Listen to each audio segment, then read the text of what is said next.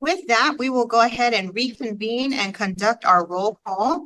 I now reconvene the RDI TPA work group meeting. As mentioned yesterday, work group members who participate remotely will need to disclose if any other individuals years of age or older are present at the remote location and the general nature of the members' relationship with any such individuals. Are there any disclosures from members attending via Zoom? No disclosures. Thank you, Ben. No disclosures. No disclosures. Kevin, anything close? Shaked his head earlier. Okay, perfect. Thank you. As a reminder, work group members who are participating via visible at all times on camera. Please log off Zoom if you need to leave the meeting and log in when you're ready to rejoin the meeting. If you experience broadband or internet connectivity problems when participating in the meeting that would be remedied by joining without video, you must announce the reason for your non-appearance when you turn your camera off. We will now take roll. Recording secretary, will you please call the roll? Would you ask Tori if she has any discussion? Yes. Tori, do you have any disclosures of the presence of anyone 18 or over? No disclosures. Evan Beasley, Here. Alyssa Brown, Here. Patricia Camarillo, here, Cassie Quasia, here, Talia Diaz-Catano, Here. Van Duper, Vanessa Escobar, here, Oslo Estrada Ravelas, Here. Lori Harvey, Here. Arlene Eastman, Yeah. Isha Herrera, Linda Hung, here, Jason Morgan, Here. Joshua Northam, Here. Benjamin Odell, Here. Redfern, Here. Kathleen Rowley, Here. Rebecca Sackett, here, Tina Sloan, here, Tina Sullivan, Matt Wallace, Beverly Young, there. Thank you. And at this time, I'd like to open it up to Vanessa Escobar, who will lead us in the Pledge of Allegiance. Hand over your heart. Ready, begin. I pledge allegiance to the flag of the United States of America and to the republic for which it stands, one nation, under God, indivisible, with liberty and justice for all.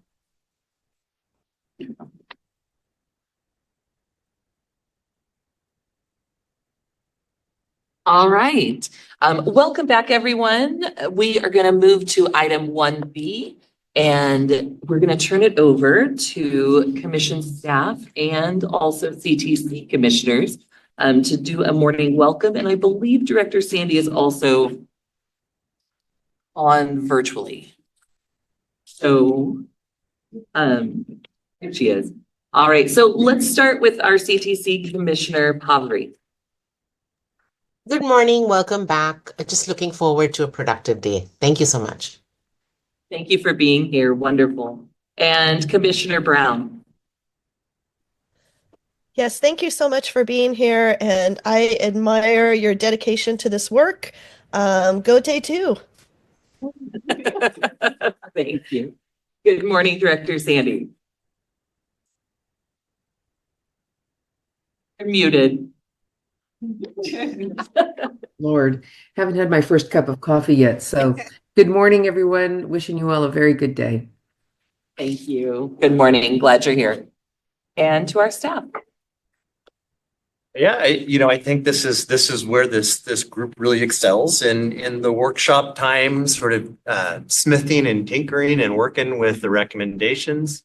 Tina, you mentioned something that Commissioner Litt said in terms of the guidance. What was the guidance from the commission or the feedback about the nature of recommendations? We said if The recommendations that we could put forward would be focused, actionable. Just one other term. Streamlined. Streamlined, thank you very much. Focused and actionable. SFA, streamlined, focused, and actionable. Good reminder. Piece to remember. Yeah. Thank you. But other than that, have a wonderful day. Just excited for this work. What you come up with. Excellent. Thank you, Adam. And just good morning, everybody. Excited to see you all today. Thank you for bringing us back to Commissioner Litt's recommendation. I think that's just a really important reminder to keep in mind today as we work through the recommendations for focus areas 3 and 4. All right, so let's get to work. We are going to turn to item 2B now, where we are going to be refining the recommendations for focus area 3. So this is the accreditation piece. So we're going to be going back to the work that we started, and today using the feedback from the commission, start to refine those recommendations. Does staff have direction and information for us? So for this, it's going to look a lot like what we did in the past. We're going to go back into the breakout rooms that you were in before. Just a reminder, if the breakout room doesn't feel like where your thinking is at this point, you are free to move among the breakout rooms. Well, we hope that you'll pick one and stick with it for the morning, but you don't have to go to the one you're assigned to. One note, and so you do have a handout. It's to be focus area 3, developing consolidated recommendations. That has all of the recommendations listed that we've worked on so far. It also includes some of those focus areas that were or those recommendations that were originally made for focus areas 1 and 2 that better aligned with focus area 3 pulled in. And so those are marked on there. We're going to take about 40 minutes for this. You're going to look at your area, try and consolidate. Remember those streamlined. What were they? Streamlined, actionable, focused. Think about that as you do those consolidations. And then please make sure to send a recorder to me, and I will share a link, and we'll do what we've done in the past where we put one recommendation on each slide so that we can then look through those as a whole group. That sound okay? Everybody clear on that? Okay. So the groups are program continuous improvement, Valentina, Matt, Talia, Al, FN151, approved candidate support, Ben, Vanessa, Devin, Patricia, Linda, improved direction to programs for embedding, Kathy, Brent, Tori, Jason, Elisa, improve a communication across segments and with the field, Kate, Shayna, Bev, and Rebecca. Everybody got that? No.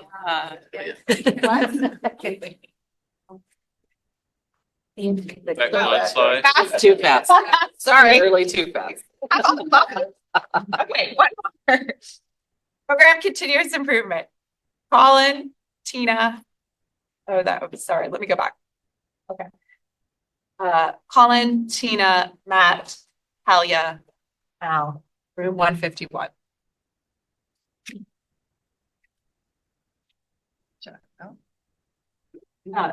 Yeah, Alicia. Improve candidate support. Ben, Vanessa, Devin, Trishna, Linda.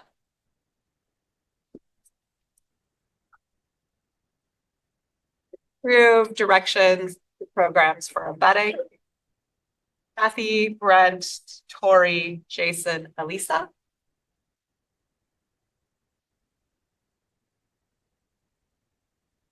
Improve communication across segments and with the field. Kate, Shayna, Bev, Rebecca. Again, you're free to move if you don't like where you've been assigned. And those are the rooms again. And I think Adam has something to add. Yes, I just wanted to, make sure that you all knew that we have staff here today. Oh, right. Staff, can you wave and say hello? Staff. You too, Aaron, a nice one. There we go. Thank you.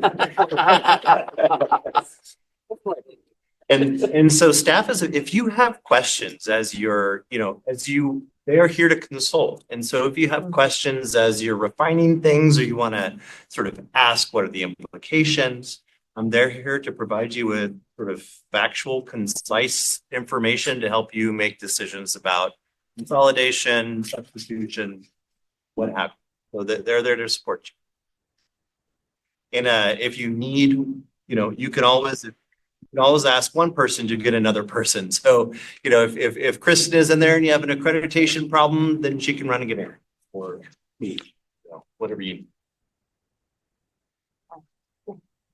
I just wondered, I have been thinking about this, going back and forth. Sometimes we can be very specific about our recommendations.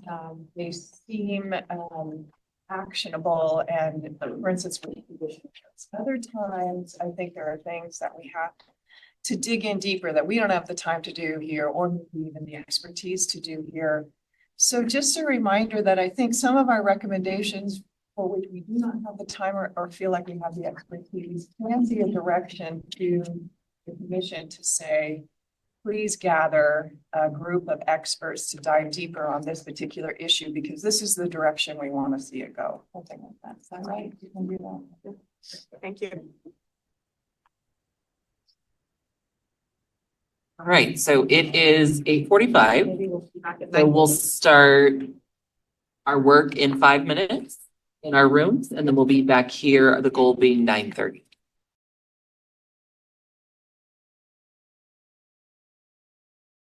Thank you for your dedication. I know wordsmithing is not always the most fun piece of it, but thank you for your hard work. What we'd like to do is go through and present these recommendations to the whole group. And we'll just go in order that they are in the slide deck. We'll put those slides up on the screen. It's gonna add the. Right, and then I'm gonna jump in. But right now, we'll just hear from each group. We'll share those consolidated recommendations. And then after the meeting, you'll have the opportunity to vote on the consolidated recommendations. So just be on the lookout for that email. Switch to what I'm sharing. And we'll make sure to include the feedback line with the voting. Yes.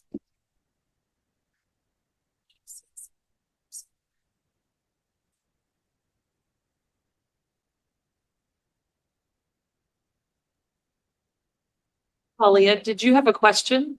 Or a comment? Yeah, sorry, real quick. I don't know if it's just me. I'll look at my Zoom, but I can't raise my hand. I don't have the feature. And so I'm not sure if it's because I'm host. But the other thing is I wanted to let my group know we were right in the middle of like a sentence, so I didn't want to make it seem like I cut out of the group. I was kicked out of the breakout room. So I'm sorry about that. Because we were right in the middle of a sentence. I didn't want to be rude and not acknowledge that. Me too, Talia. And I also cannot raise my hand. Okay, so we'll watch for your hands to physically be raised. Your hand. Wave your hands. It's different account. I just noticed that it doesn't have that option. Please wave your hand on the camera. Going So analog. we can see you. Thank you. Sorry about that. Or even maybe, because if you're not on the screen, maybe feel free to put something in the chat. No, No, there's no chat. Oh, right. They're all Is three. that everybody? Okay, never mind. All Sorry. four. Sorry. Be on camera. Yeah, all four of them are present. Okay, perfect. All right, so let's begin with our continuous improvement group.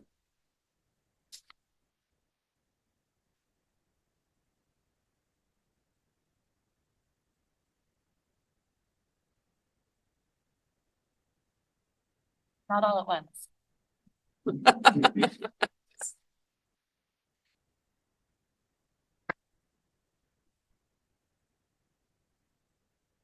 we pull up the slide with There- the. What do you just want us to read this aloud? Yeah. Maybe not read the whole thing aloud, but discuss what each slide is discussing.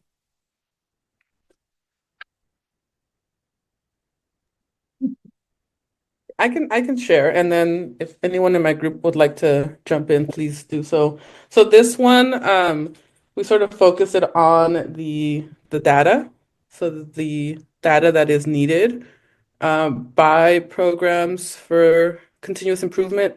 We did add a few things. So if you look at the fourth little paragraph, we incorporated within the required data for analysis, candidate work or artifacts. And also looking at candidates' background, demographics, so race, ethnicity, language, first generation status, things like that. We also included a recommendation that programs keep their candidate, the teacher candidate artifacts for 5 to 7 years for data analysis and record keeping. And so that was what we added. I don't know if anyone else wants to add on.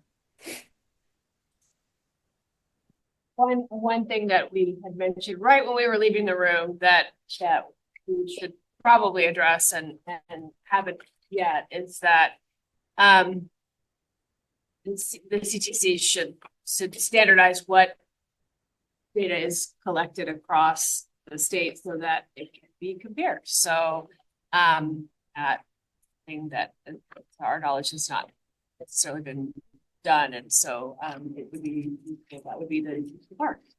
All everybody collecting the same things, so it'd be important too. I'll just add one thing.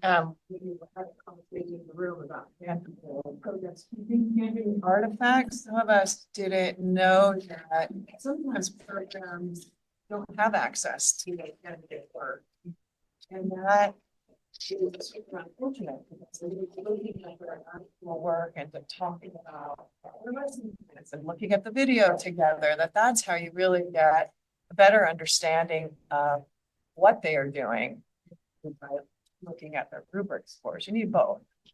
So requiring programs to have access to their candidates' work seems important.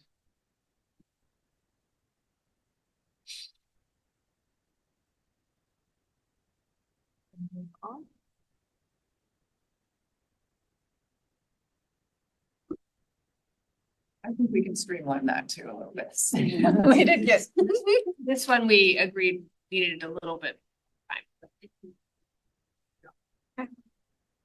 Are we ready to move on to recommendation 2?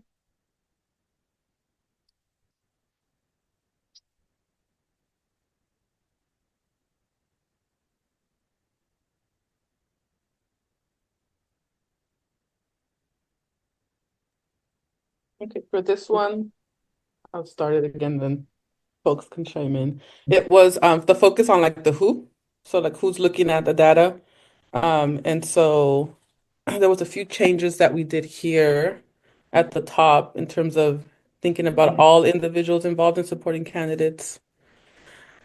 We added the idea that like folks need to know about the tasks, but also rubrics, and the evidence. And so at the bottom of the first paragraph, that's what we included, was that we wanted everyone involved to understand the model of the TPAs, but also the rubrics and evidence that the candidates are required to have.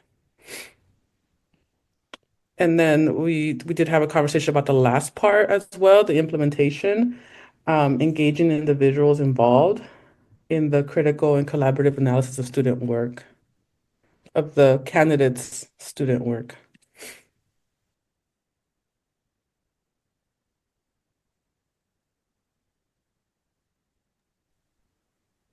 I don't know if anyone else is.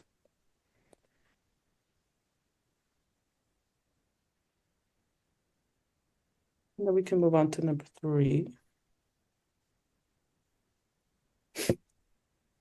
And then this one was also a conversation, and we wanted it to sort of stand alone. So you might see that it talks a little bit about the analysis of data, but it's specific to looking at the sort of low passage rates from some programs and really wanted the, preparation programs, the CTC and the TPA providers to be able to address the disproportionate passage rate that we see. And so that was the intention with this one. Specifically kept it as a standalone to bring awareness to this.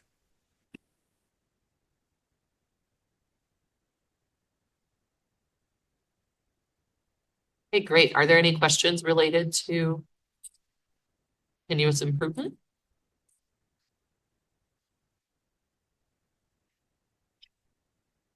I guess my question would be, could we add the recommendation that you were talking about to slide 1 about standardization across programs in the state? And if so, where would you like that to go? In where we were mentioning the types of demographic data that could be length of, or the length of time that. Do you mean the Paragraph 3? sorry, it's required data for analysis there or? So required data for analysis should be standardized There it is. Thank you. across all programs. You could say CTC should determine which of the data.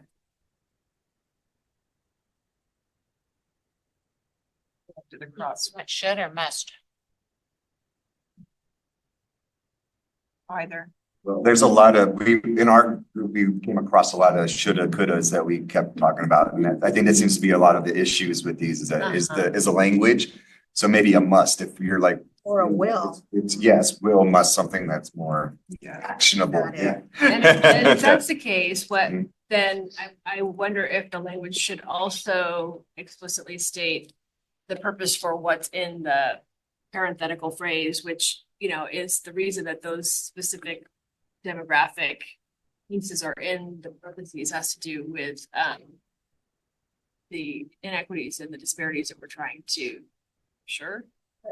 so that's the reason, that's the kind of data we're trying to capture, so like that particular type of data, The required data for analysis must be standardized by the CTC across all programs to address. It seems that it would be obvious because it's about around continuous improvement, et cetera, but just to be clear. The inequities in TPA outcome. Is that what you're trying to say? And then I think you could say after that, this data would include, or such as, Something like that. I see what you're saying. So right here. Yeah. This data could include like that. So then if we're not saying must, are you thinking this is an opportunity for one of those kind of expert groups to fine tune what must be determined? Because it would change depending on where the disparities were, right? Yeah. If we leave it in the more soft language. I think it also it's whoever is designing, this is recommendations for the accreditation system, and the accreditation system will probably need to be looked at as a whole and determine what can make sense for what belongs in the accreditation system, as well as what programs can collect and do. We don't create exactly. So yeah, I think it might be. Somebody else needs to look at this in the context of accreditation and determine what makes the most sense.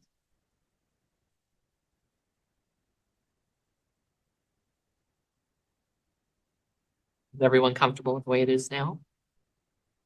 And then that'll go out for a vote after this meeting with the opportunity. Yes. Okay. The work group members. And then I think we could still sort of streamline and focus a little bit. The ideas are all here, but maybe some editing is necessary. How will that happen? That'll happen in March. So in March, the kind of the focus of the March 20th meeting is going to be to kind of step back, look at the whole and do some focused streamlining. Get ready for April commission. Also address focus area 5. And that. Okay, good. So as long as we've got our main ideas up here, at this point, that's the critical piece. Okay.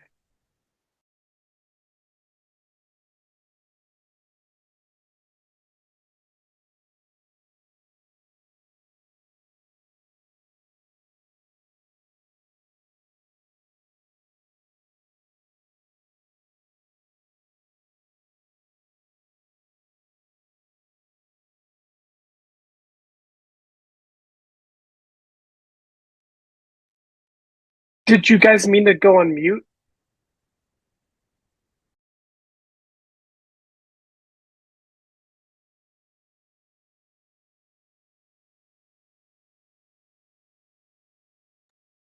We can't hear you. Working on it. Okay, right now. Yep. You can hear us now? Okay, great. Okay, we're gonna move into the improved candidate support recommendations. Linda? Sure. All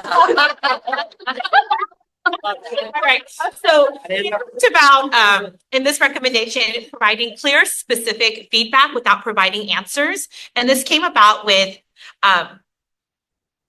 Devin and Ben talking about how they were going to meetings about what supports they can provide their candidates, and just getting mixed messages of like, you can provide support, but you can't give answers. And a lot of, I think,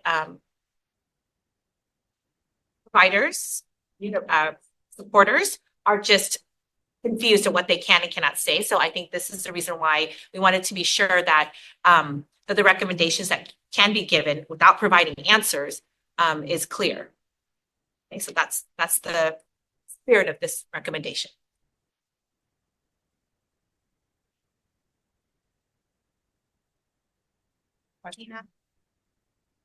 So this was part of the interim recommendations, right? The interim recommendations talked about this support clarification that it can be for improving candidate. Did you put that in here or not, or is it? It was somewhere else. We did write it in red parentheses and all. So thank you, Tina. Yeah. Okay, ready? Yes. Okay. Popcorn Shayna. So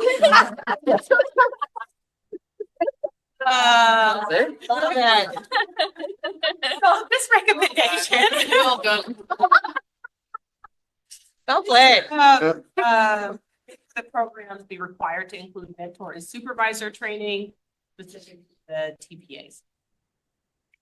This was one of the shoulds, but not must and required. So we wanted to make sure that the recommendation was that it would be required. Here in action.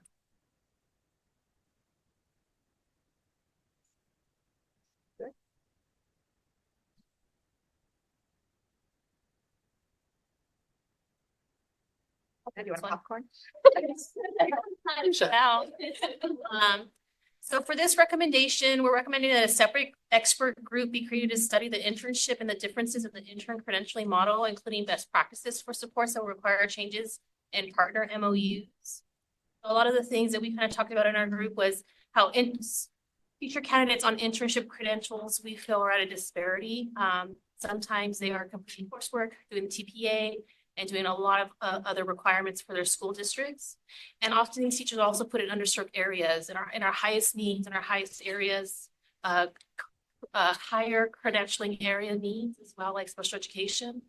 And so just they're really needing that that support. And I know we've talked a lot about time, really wanting the partnership with the MOUs and the LEAs to require pay time off for candidates to complete work or to meet with their mentor teacher or meet with their coach.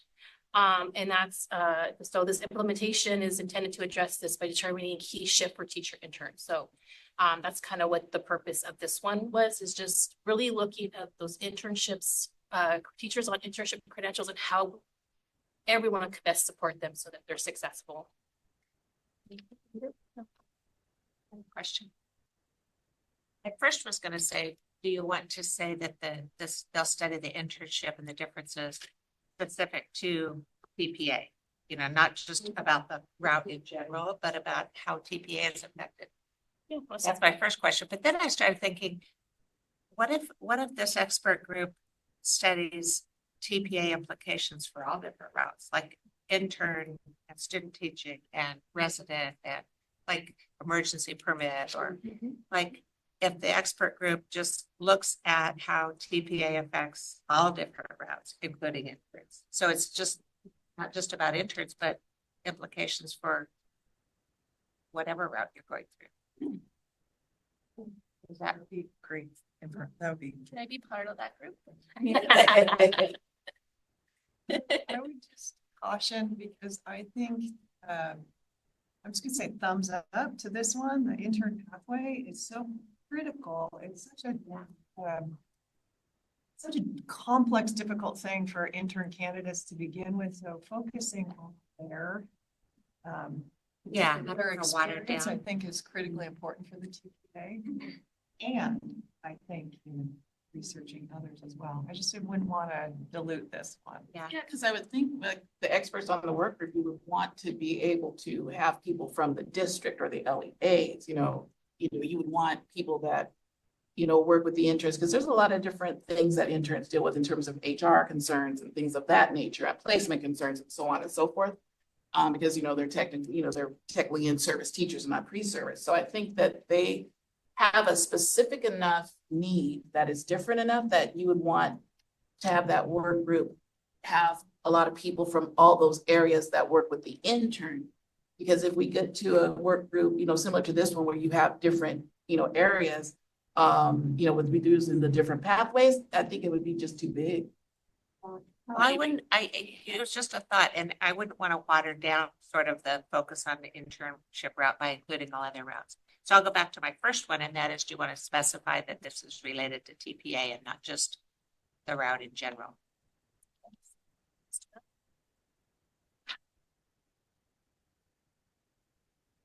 I was just gonna say that whatever comes up in a focus study will inform your pathway. So if things are coming up in an MOU at the research group, so maybe it's something about what else are they gonna find that I don't know. Just thinking of creating a very specific charge to this group. Right. Because the way it reads right now is just study the route and the differences in the model. And it's not about TPA. So It almost- charge to them isn't specific to. Put that in. Yeah. Match the, okay. And is that amenable to the subcommittee? Totally missed it. It's there, but it's not there. Just got at it. Which meant. Okay. I think also one thing that Patricia really wanted to point out too is oftentimes our interns are placed in the most underserved areas. And so creating this work group would definitely inform a lot more than intern specific.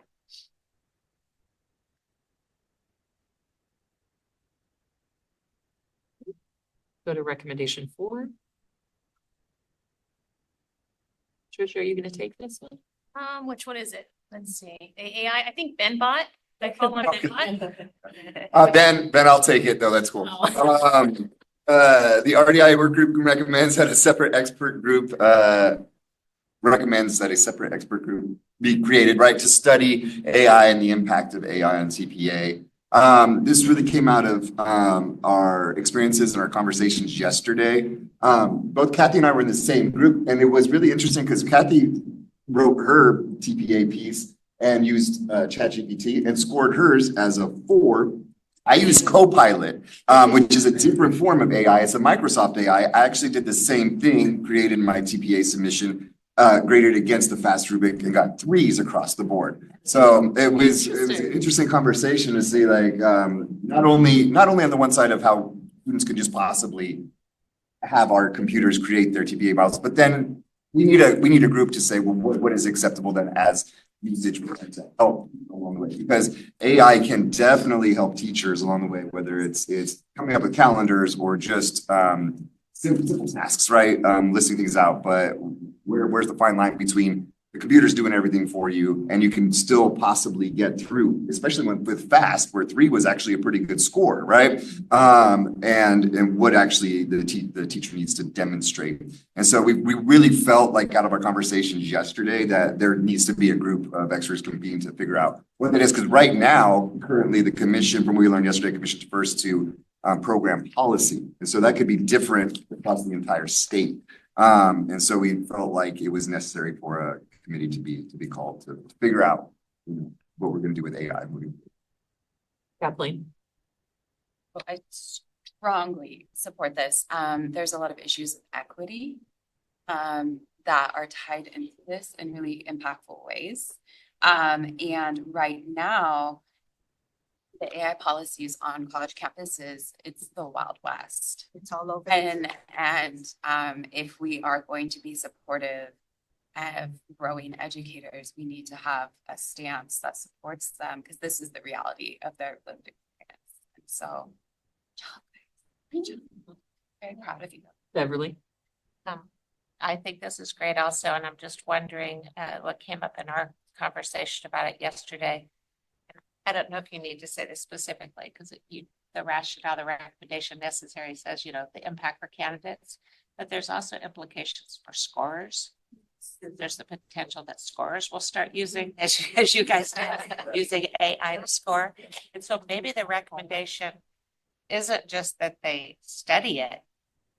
They study AI and the impact and develop recommendations.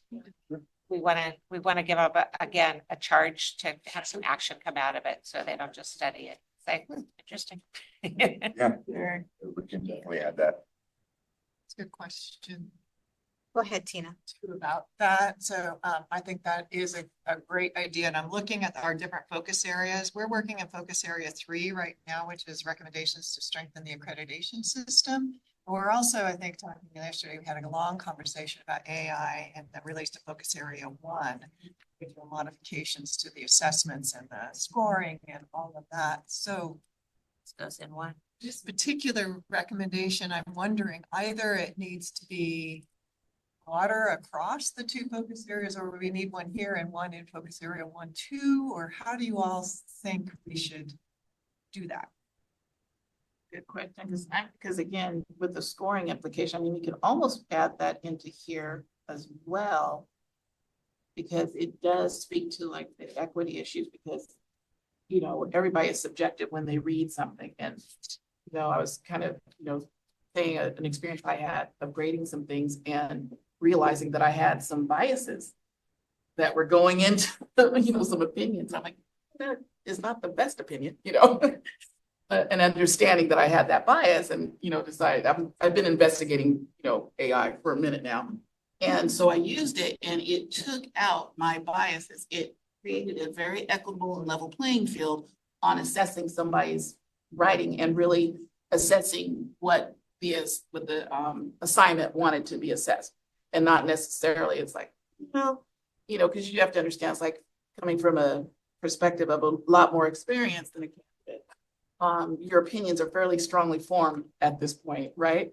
And then the candidate, they're still learning, and they don't necessarily know everything you do, and they haven't been exposed to everything that we have yet. So, just making sure that that is not a negative impact on a candidate.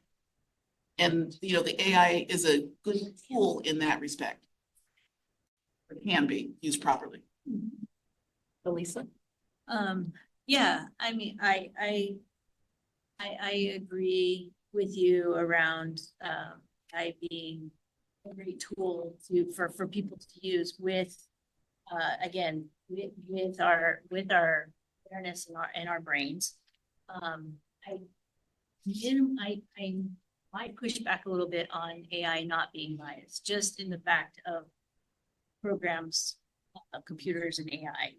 People are always going to have biases, and so I think like what you're talking about is again having the awareness and bringing awareness, and I think that's going to be important if we're talking about using it for scoring or using it for, or candidates using it for different things or tools. And so I just wanted to put that out into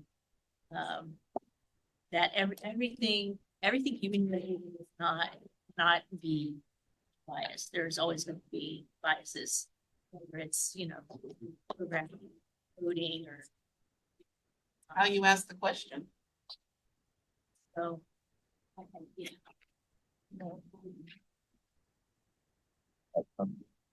So yeah, Tina, I think it might need to be a broad, almost start off as a broad investigation, and then it would probably branch out into different sections of it. So I agree. It may need to be in every single section that we're recommending, or there needs to be some other kind of broad recommendation, and then that group comes together and then figures out where does AI fit into all of these. So study the recommendations and go from there to figure out where those AI are. Jana? Said it. Okay. So with your thoughts there, I'm wondering if we should pull this out of the blue section here and create a more robust recommendation that includes all of the different components and place it somewhere else. Say that again, Mandy. Could you explain maybe more like how that? Well, if we're wanting to add scoring, plus this is talking about candidate support, right? And then also the instrument itself. Is that encompassing the totality of it? It could live in candidate support, couldn't it? I feel like Or in would it go general, in because group one? Yeah. AI is here now. This is tangentially related to TPAs, but it's given where we are in this moment in time, that should be an overall study that's being done. The impact of AI on all of the work. Tina? Yesterday, we had a great discussion about this when we were looking at the different TPA instruments and all of the ways that they might be changed as a result of this world we're going into now. I'm wondering if it should be its own piece, and then all of the implications across these focus areas that's considered. It definitely impacts all the areas, right? Yeah. It's not just about candidate support. Definitely. Right, and it's about how we design the instrument. Right, and administration, scoring. If I may. Yep. We could, in terms of since it is based on all this, on all of the statute that is part of the charge of this work group, it could be out of a focus area and just be sort of a meta. This is study the implications of artificial intelligence for the area, for each focus area. And I just want to say again, I really think it needs to say that they make recommendations. They don't just study it. That we have that language. That's true. We need actionable. Focused and actionable. And if this is signing up for the other work group, signing up for this. So, for the email. how about this? How about while we take lunch, staff and co-chairs will draft a separate recommendation outside of candidate support that stands alone, and we'll bring it back to you when we come back from lunch, and we can see if we approve the wording. And then that will also go out for a vote after this meeting. Okay. Great. Let's move to slide 14, recommendation number 5. Was there one right before, if you exit just the slideshow, there was a skip slide? We wanted to make sure that we reviewed that and discussed why it skipped.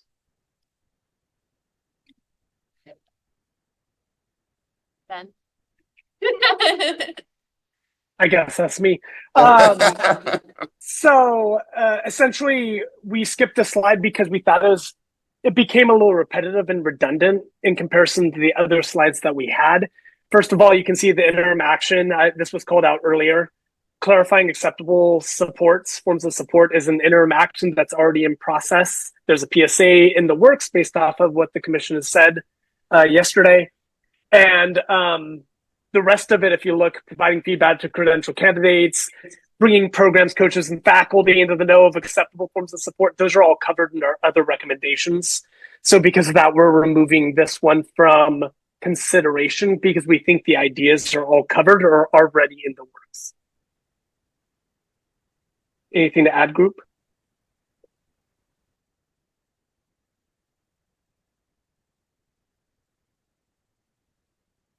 Recommendation 5.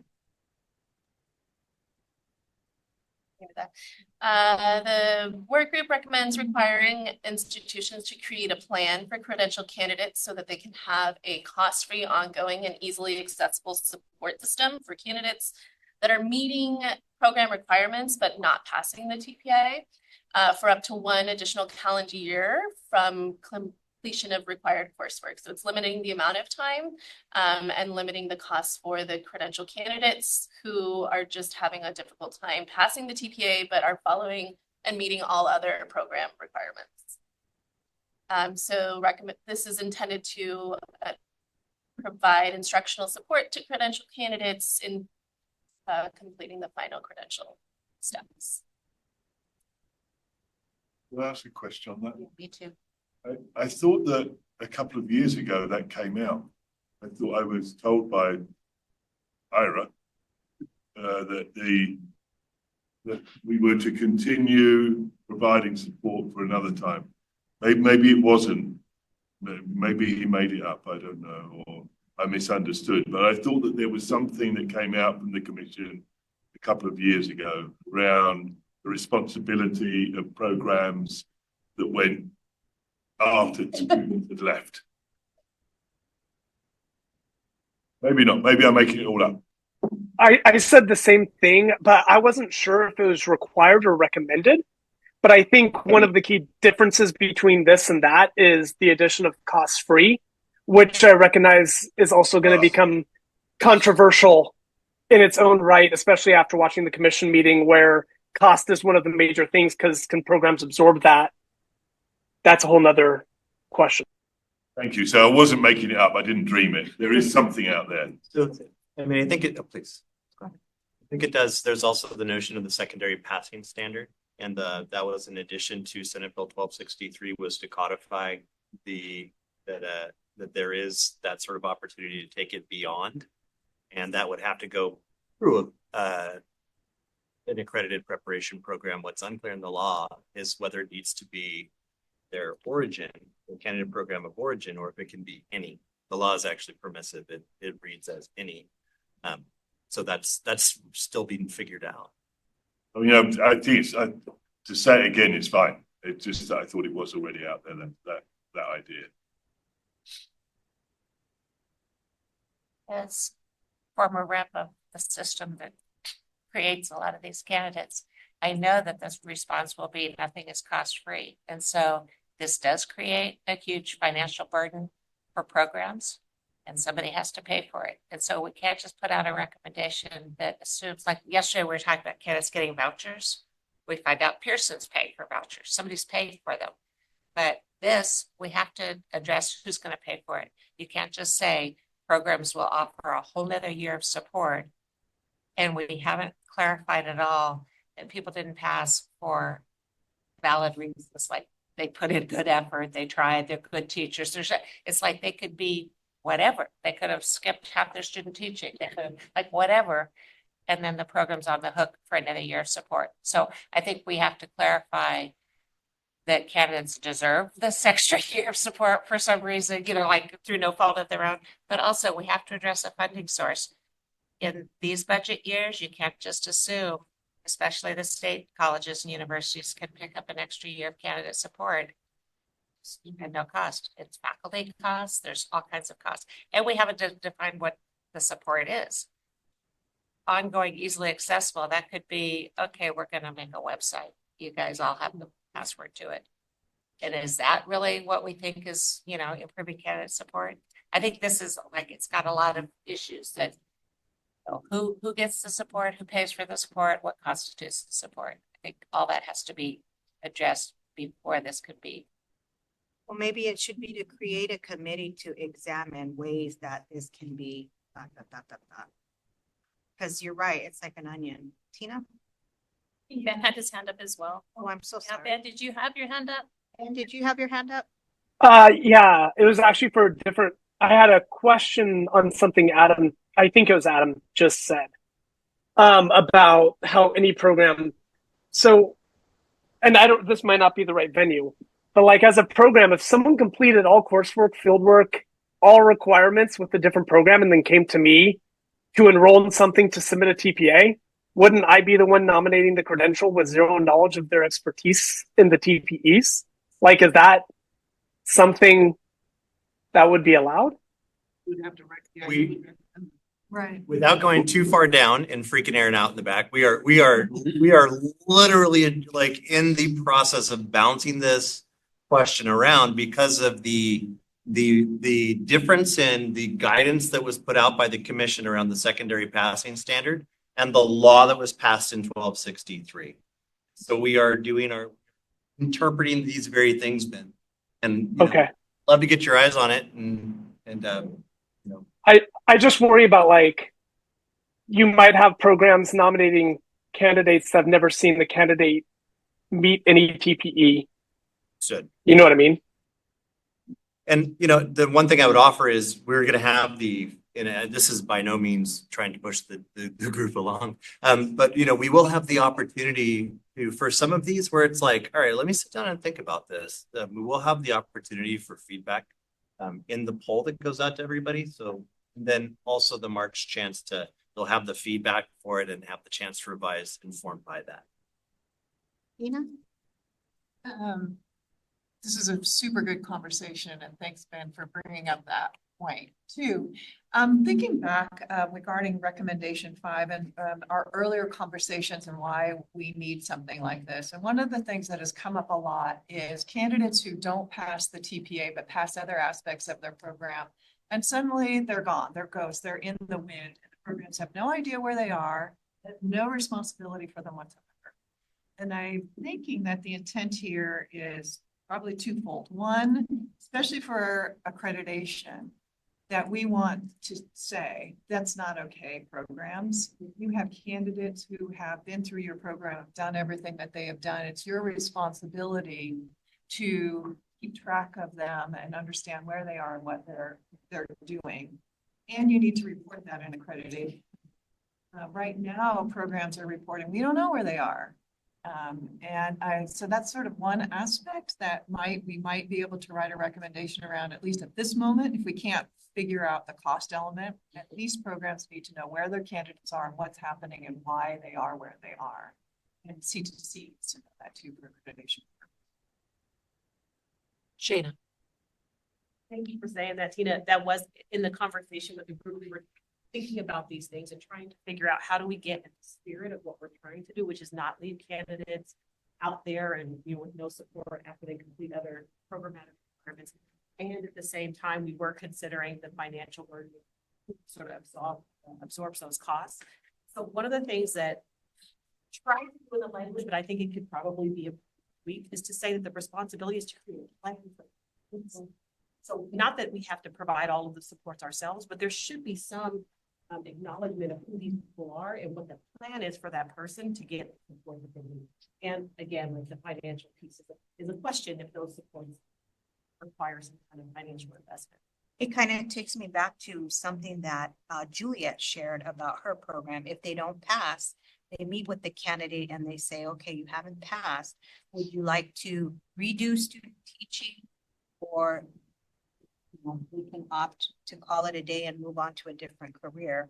And high accountability in their situation, very low cost. I like the plan, the creating a plan. And I would add that they might have to file that plan with the CTC every year or something for, I don't know what makes sense, but I would think every year might make sense. You got to file your plans. Joshua.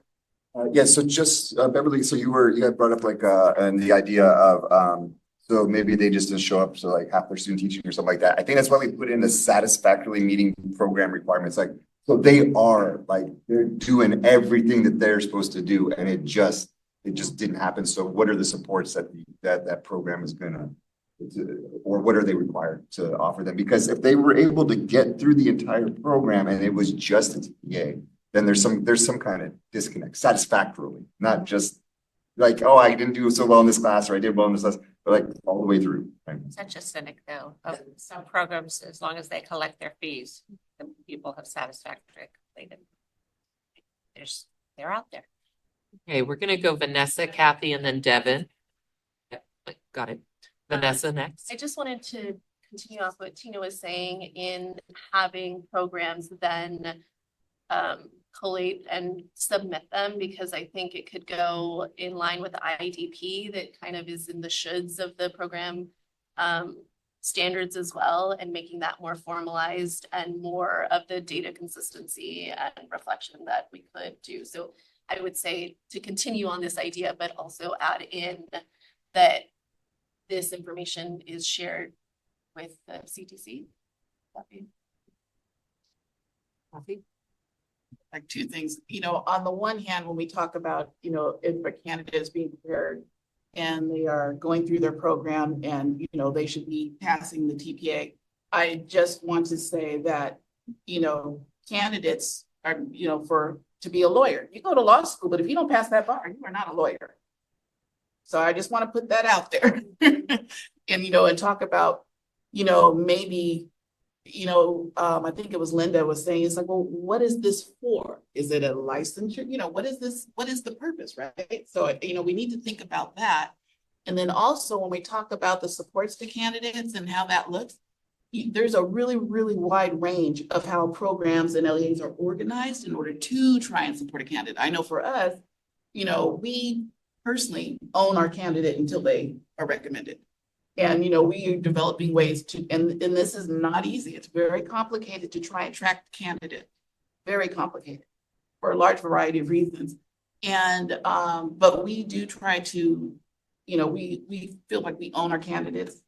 And the reason we do that is because some of the language in the standards talks about that if your candidate has not been recommended, they are still your candidate. So, that like we interpreted that language that way. So, we built in the supports with our TPA coordinator and they are in constant contact. Even if you did not pass your TPA 2 years ago, you could call us up and we would facilitate a placement if you needed it. And we wouldn't even charge you.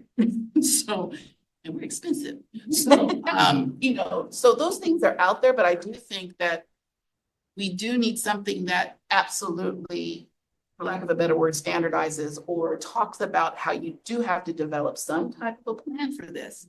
What are those? And I think there is some language in the standards that ask, how do you support your candidate? What do you do? What's your remediation, in other words? So I think, this is well suited to being, we have to put some teeth in it, in other words. Devin? Thank you. Yeah, just a couple of points of clarification. I think there was someone called into question the types of support that should be specified. Of course, that's hugely dependent upon what the candidate may need. And I also think, just to add, this also takes in consideration those candidates who did not submit a TPA. I know we brought up the secondary passing standards several times, but there are many candidates, and I know several programs have a higher percentage of candidates who did not submit anything as opposed to those who submitted and failed or may fall into that secondary passing standard option, especially with interns. Our interns are notorious for just not being able to submit because of a variety of reasons. We have those who may have financial struggles, personal tragedies. There's a variety of reasons that people just did not submit. So I think taking those things into consideration as well and still continuing to provide support to those individuals is also covered under this.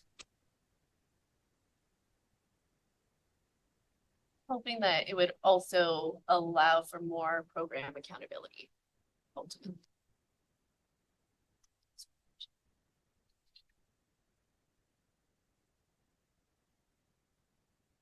Let's move to candidate support recommendation number 6. The work group recommends that program standard 5 require the TPA to be embedded within program. There's no language currently that says that the programs are required to embed it, and so everybody's programs are a little bit different in terms of implementation. And candidate support recommendation number 7. Wait, can we go back to 6 for a second? Of course. I'm just questioning that you said there's no language that says that it has to be embedded. I'm just thinking back of staff's summary of commission comments. And I just remember reading one, I'm looking for it, where Mary's response to them was, it is required that they be embedded. So I'm wondering if it is required. Yeah, Mary's 382. So The it's- law calls for TPAs to be The fully. law does, So the law. the program standard does not. So this is saying make the program standard in line with the law. Yeah, so maybe we should make it explicit there. That the law says that, so the program standard should stated reference that, yeah.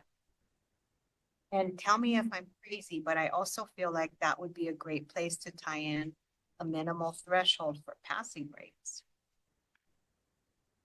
In order to keep your accreditation? Because that doesn't live anywhere in the accreditation language. I mean, we could, even if we start low, and still, because we've got some people who are, I think, at 10% passing rate, which is very, very low.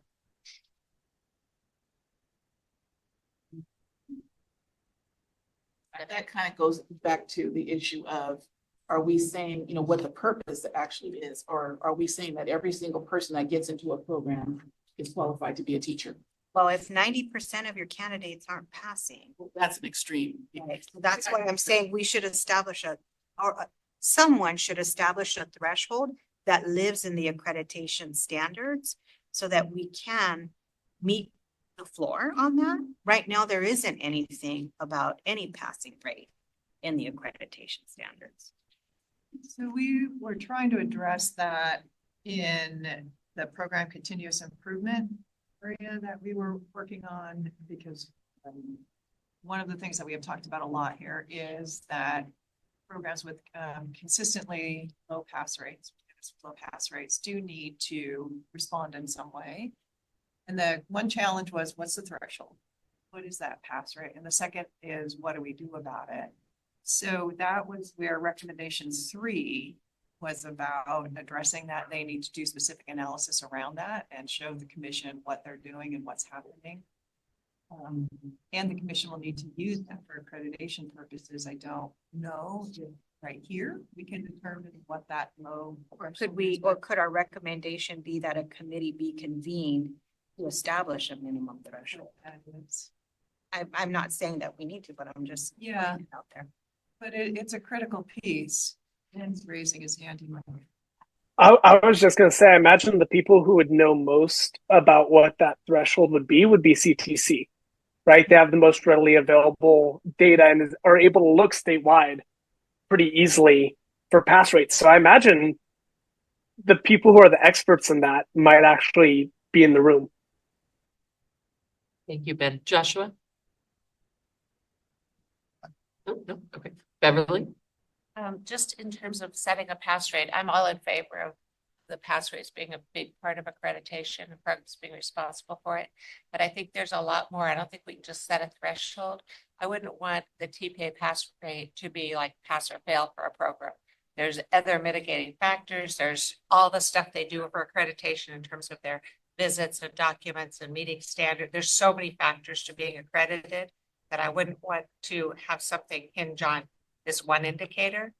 And so I think too, we're not going to have a pass rate. We're going to have pass rates that are different for different TPAs, multiple subjects, speds, secondary, you know, it's like, I guess the question is, but looking at like state averages, state, you know, for different groups, whatever, that there's some standard deviation between an average for this particular TPA, or, you know, there's lots of, not just a threshold pass rate and not just that it's do or die for accreditation. I think the idea of a group that figures it out. But I think it's just one factor. I don't think it's the factor for accreditation. I agree with that notion that it's a complex issue and it needs to be studied further by another group who does a deep dive on that. Tina? I guess the question here is, do we have that? Is that strong enough in what we're recommending? That what we want to avoid are programs who consistently have, 40%, 50% pass rates and continue to be in business without any. It is what we've been doing here across all of these recommendations. Clear enough about that needs to be addressed. I don't think it's pronounced enough in our recommendation as they currently stand. But that's just my opinion. Yeah, I'm not sure it's clear enough either. Well, we've sort of left the embedded issue and we sort of left candidate support. We moved to accreditation and it really belongs at accreditation. Yeah. Well, this is all about accreditation. But But you mean which part? The first one, continuous improvement? yeah, well, we're not in candidate support anymore. Focus area 3, though, is about accreditation systems, recommendations to strengthen the accreditation system. These subcategories will fall away. They're just to organize breakout rooms, really. Tina, I think that's a great question that you posed. Whether or not this is it permeating our recommendations or not?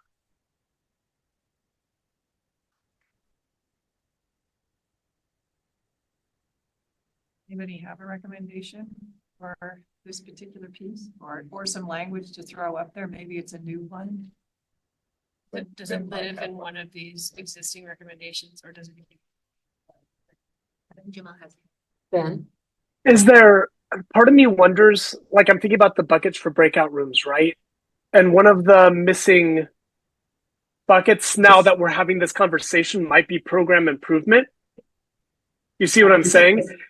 Like something that can go to what happens if, you know what I mean? And I agree, like I heard the comment that like it shouldn't be automatically you lost, but like what are those steps and how do we work with you to ensure passing scores get to a proper place, right? Like, but that's not something when you look at the buckets we have communication, directions to embed, candidate support, and continuous improvement.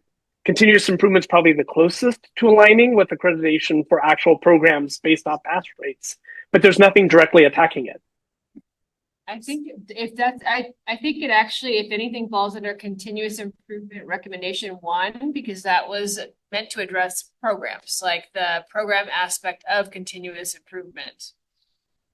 And that's the one that is still needing a little bit of finessing. And so if we could look at recommendation 1 and see if there's a place in that slide where it possibly lives. Also as part of recommendation 3. 3. Exactly, and 3 as well. Yeah. Recommendation 3 specifically addresses disproportionate TPA success rates. So it's looking at scores. I just wanted to, something that just resonated with me when Beverly was talking about this the amount of pass rates can't affect accreditation. It just reminded me about the candidate in this process and how it is currently impacting whether or not they get a credential. So to say that the program shouldn't be held accountable, the candidate should, still just doesn't sit well. Just to clarify, that's not at all what I said. I definitely think pass rates impact accreditation. I just said that there are multiple factors that are involved. So that's one of my strongest things is that these should affect accreditation. Right, but it should, but I guess what I was hearing, and I agree completely, is that it should be part of a multiple measure component, And right? as it currently stands, there isn't any language that holds anybody accountable for any PAs. Accreditation. I had a question. Are programs mandated to share their pass rates with candidates before they apply? I get concerned about like putting that threshold just so that in the K-12 level, there can be great inflation or like, well, this is what we're gonna do. How can we, not arbitrarily, but superficially hit that target? But a workaround, sometimes if I'm being told before I apply, that this program has a 10% pass rate, that could impact and hold some type of accountability for the program if there's some required transparency around pass rates to candidates. Don't know how people feel about that. But you're right, though. I don't think there is any mandated language, but. There's We have a not. recommendation coming that addresses that. Alicia. Okay, so from the, I just wanted to from the moment the conversation started, it really reflected kind of that, I just had this moment of, No Child Left Behind, like that kind of flashback, where it sort of echoes or reflects that conversation of like, we want the accountability, so we'll put this threshold and this number, and then it brings up all of these other issues, so just wanted us to just notice that, this idea of like, okay, if we attach the number to it, right, there's these, there's the peripheral consequences to that number that we all know really well, right? And so, and then Beverly brought up that point, like this idea of a complex way of like, okay, well, we change the number, but we keep the intent, what does that look like so that there's this accountability? And then I'm hearing like, well, if we have this number, then, on the site end of it, then we see all of these different things that happen. So just wanted to just point that out. So we're all kind of. I just wanted to say, I think I hear what you're saying about No Child Left Behind. I think that was very different because the goal was to get to 100%. Right. And there were consequences at each of those levels. But I do think, I just want to summarize. I think this is too complex of an issue for us to try to resolve here right now. So that's why I'm thinking I would recommend that a committee be convened to study that issue and come up with a happy medium that can hold institutions accountable. Tina and then Adam. And looking at recommendation 3 again, I'm realizing this isn't very clear and actionable. I'm not really sure what we mean by work group recommends CTC develop a system of shared accountability. What does that look like? What is that? We know the intent is to address disproportionate success rates, but I think we can tighten up what this means. Number one, like what it's supposed to look like. And number 2, we would incorporate an element of programs with consistently lower pass rates to be determined by a committee or we'll need to address that it will be addressed in accreditation. And this is not the right language, but I think this could be tightened up.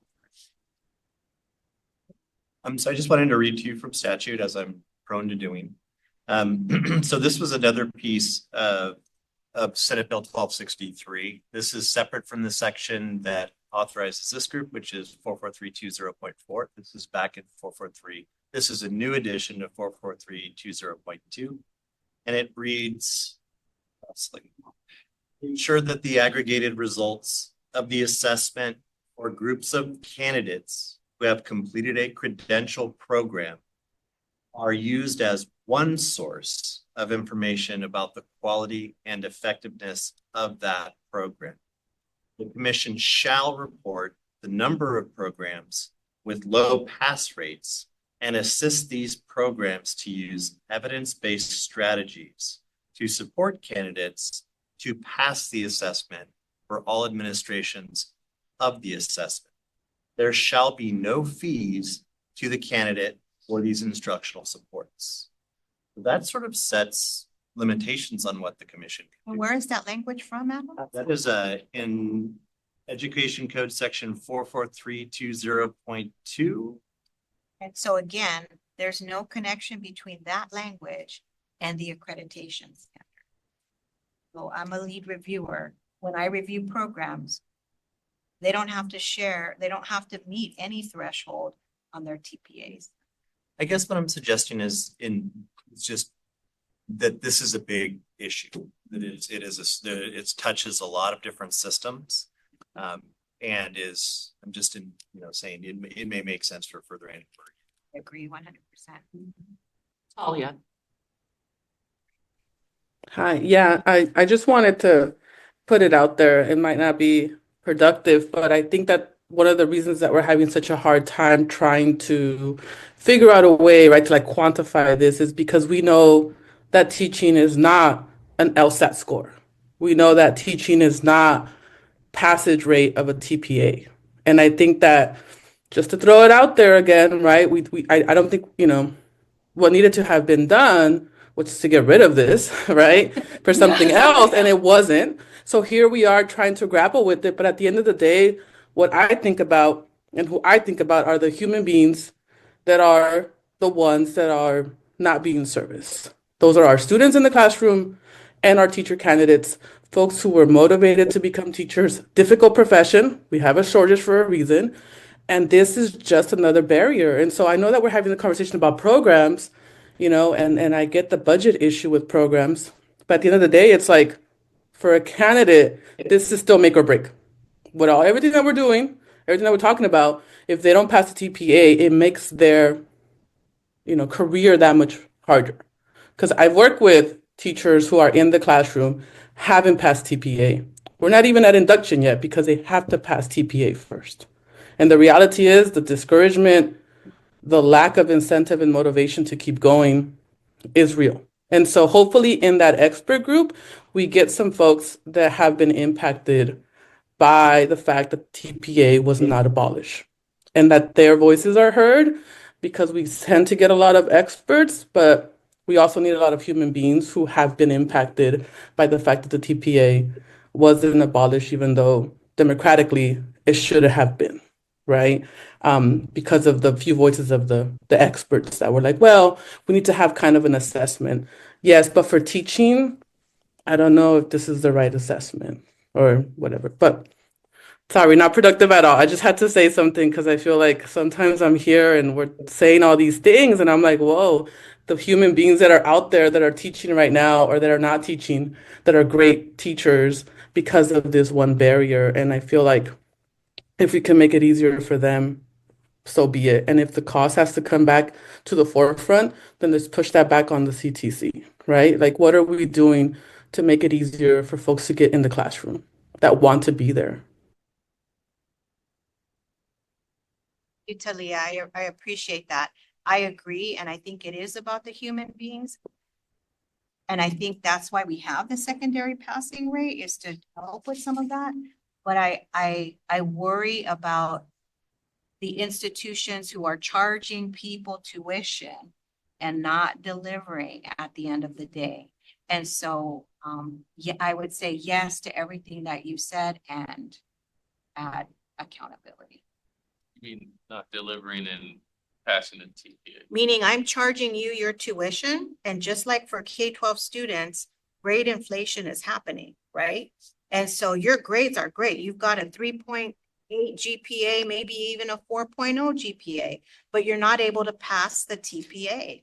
And so you don't pass the TPA and all of that burden is on you. Oh, you got to retake a course.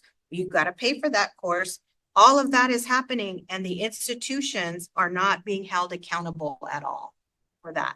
And that's what I'm passionate about. I'm like, that's not okay. It's not okay for us to not hold them accountable.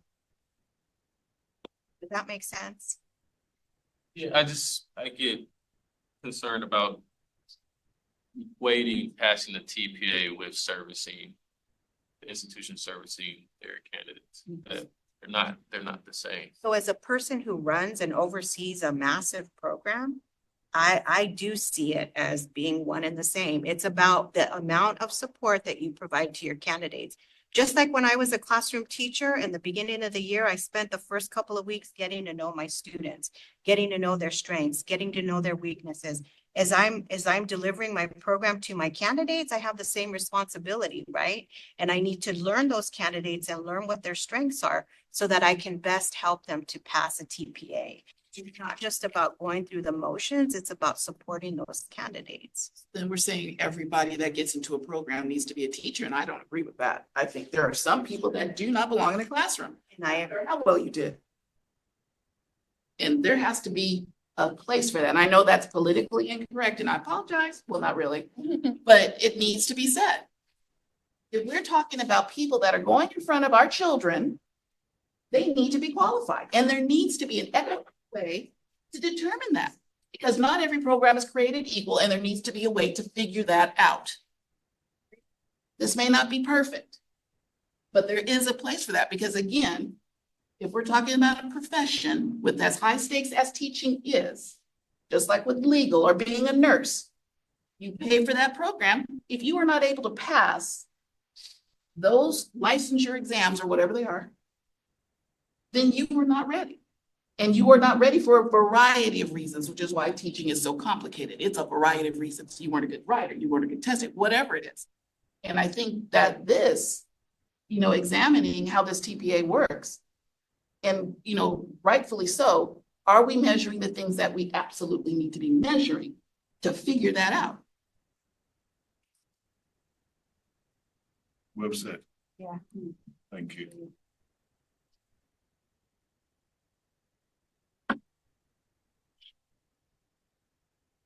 Looking at recommendation 7 from candidate support. Before we leave recommendation 3, just make a friendly amendment that we will go back at some point. The very first sentence there, it's developing a shared accountability system between prep programs, CTC, and TPA providers, to address disproportionate TPA success rates. That's the crux of this. The rest of it then needs to be saying TPA providers are required to research and publish findings on inequities, particularly by race and ethnicity, period. Preparation programs are required, ... CTC via accreditation is required, ... The dots to as a placeholder, would that be all right, my people? Do you want us to put that in now? Are you? Okay. I think our group agrees that would be a clearer way of seeing it. Each of those parties has a set responsibility. Integrated and separate. Yeah.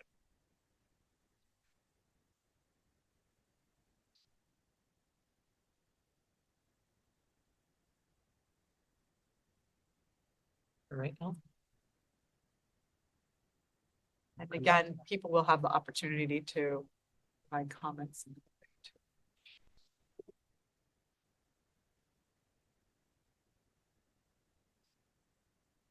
All right, number 7. The TPA work group recommends program standard 5 require the programs to provide an initial orientation about the TPA to all participants that specifically work with a credentialed candidate, including the candidate as well within the context of the program. This recommendation is necessary because some candidates are unaware of the important information about the TPA, ranging from cost to secondary passing standards and supports allowed, not allowed on the assessment. This is intended to address clear communication to all participants about the TPA. And just some background on how this came up, there is in program standard 5, there is a requirement for initial orientation be given for a clinical practice. So this would be specific to TPA for all candidates. All right, let's move to the green section, which is actually, oh, I'm sorry. Go ahead, Josh. I was just waiting to see. I just have a comment about our section, improving candidate support, hearing Talia and Kathy, kind of seeing the two sides of the spectrum, like abolishing the TPA versus that we have to have something there. Yesterday, I got the feeling from commission staff that it was time to wrap this up. There was a lot of mentions of, this is it. Like, we've got one more day, we got 2 more days. And I just want commission to know that we obviously need something else here. The passion in this room, especially around candidate support, is palpable. no matter what side of the spectrum you are, whether it's TPA, or getting rid of it. I just wanted the commission to know that, yes, we are working, right, to do what we need to do, that we were charged with this, but I don't know that we need to rush to the finish line.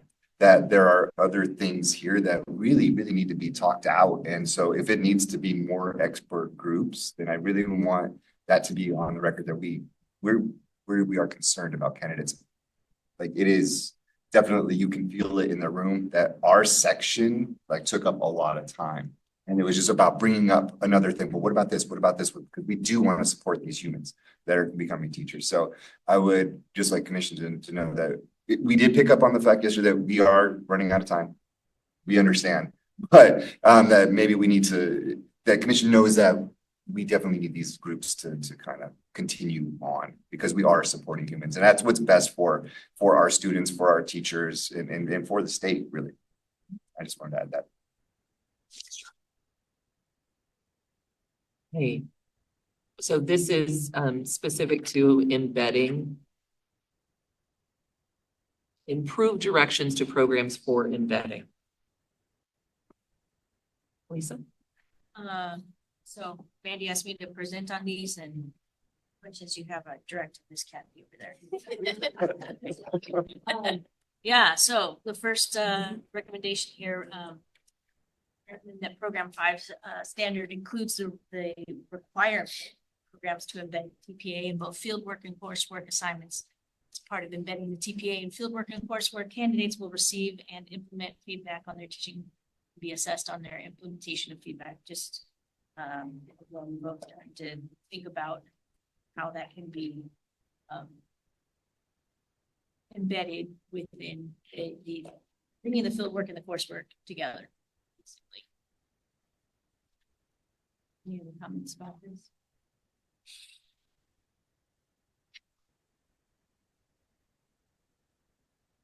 Next. Next recommendation, positioning the TPA as one of multiple measures of candidate readiness, allowing candidates to demonstrate mastery through other coursework or improve assessments or implement UDL principles. In order for this to be possible, the TPA must be embedded in the coursework and the again, this is a recommendation that is trying to bring coursework, fieldwork together, and also think about additional tier 1 instruction, as you, if you will, for people who are before the secondary pass thing. Yeah, pass codes, pass rates.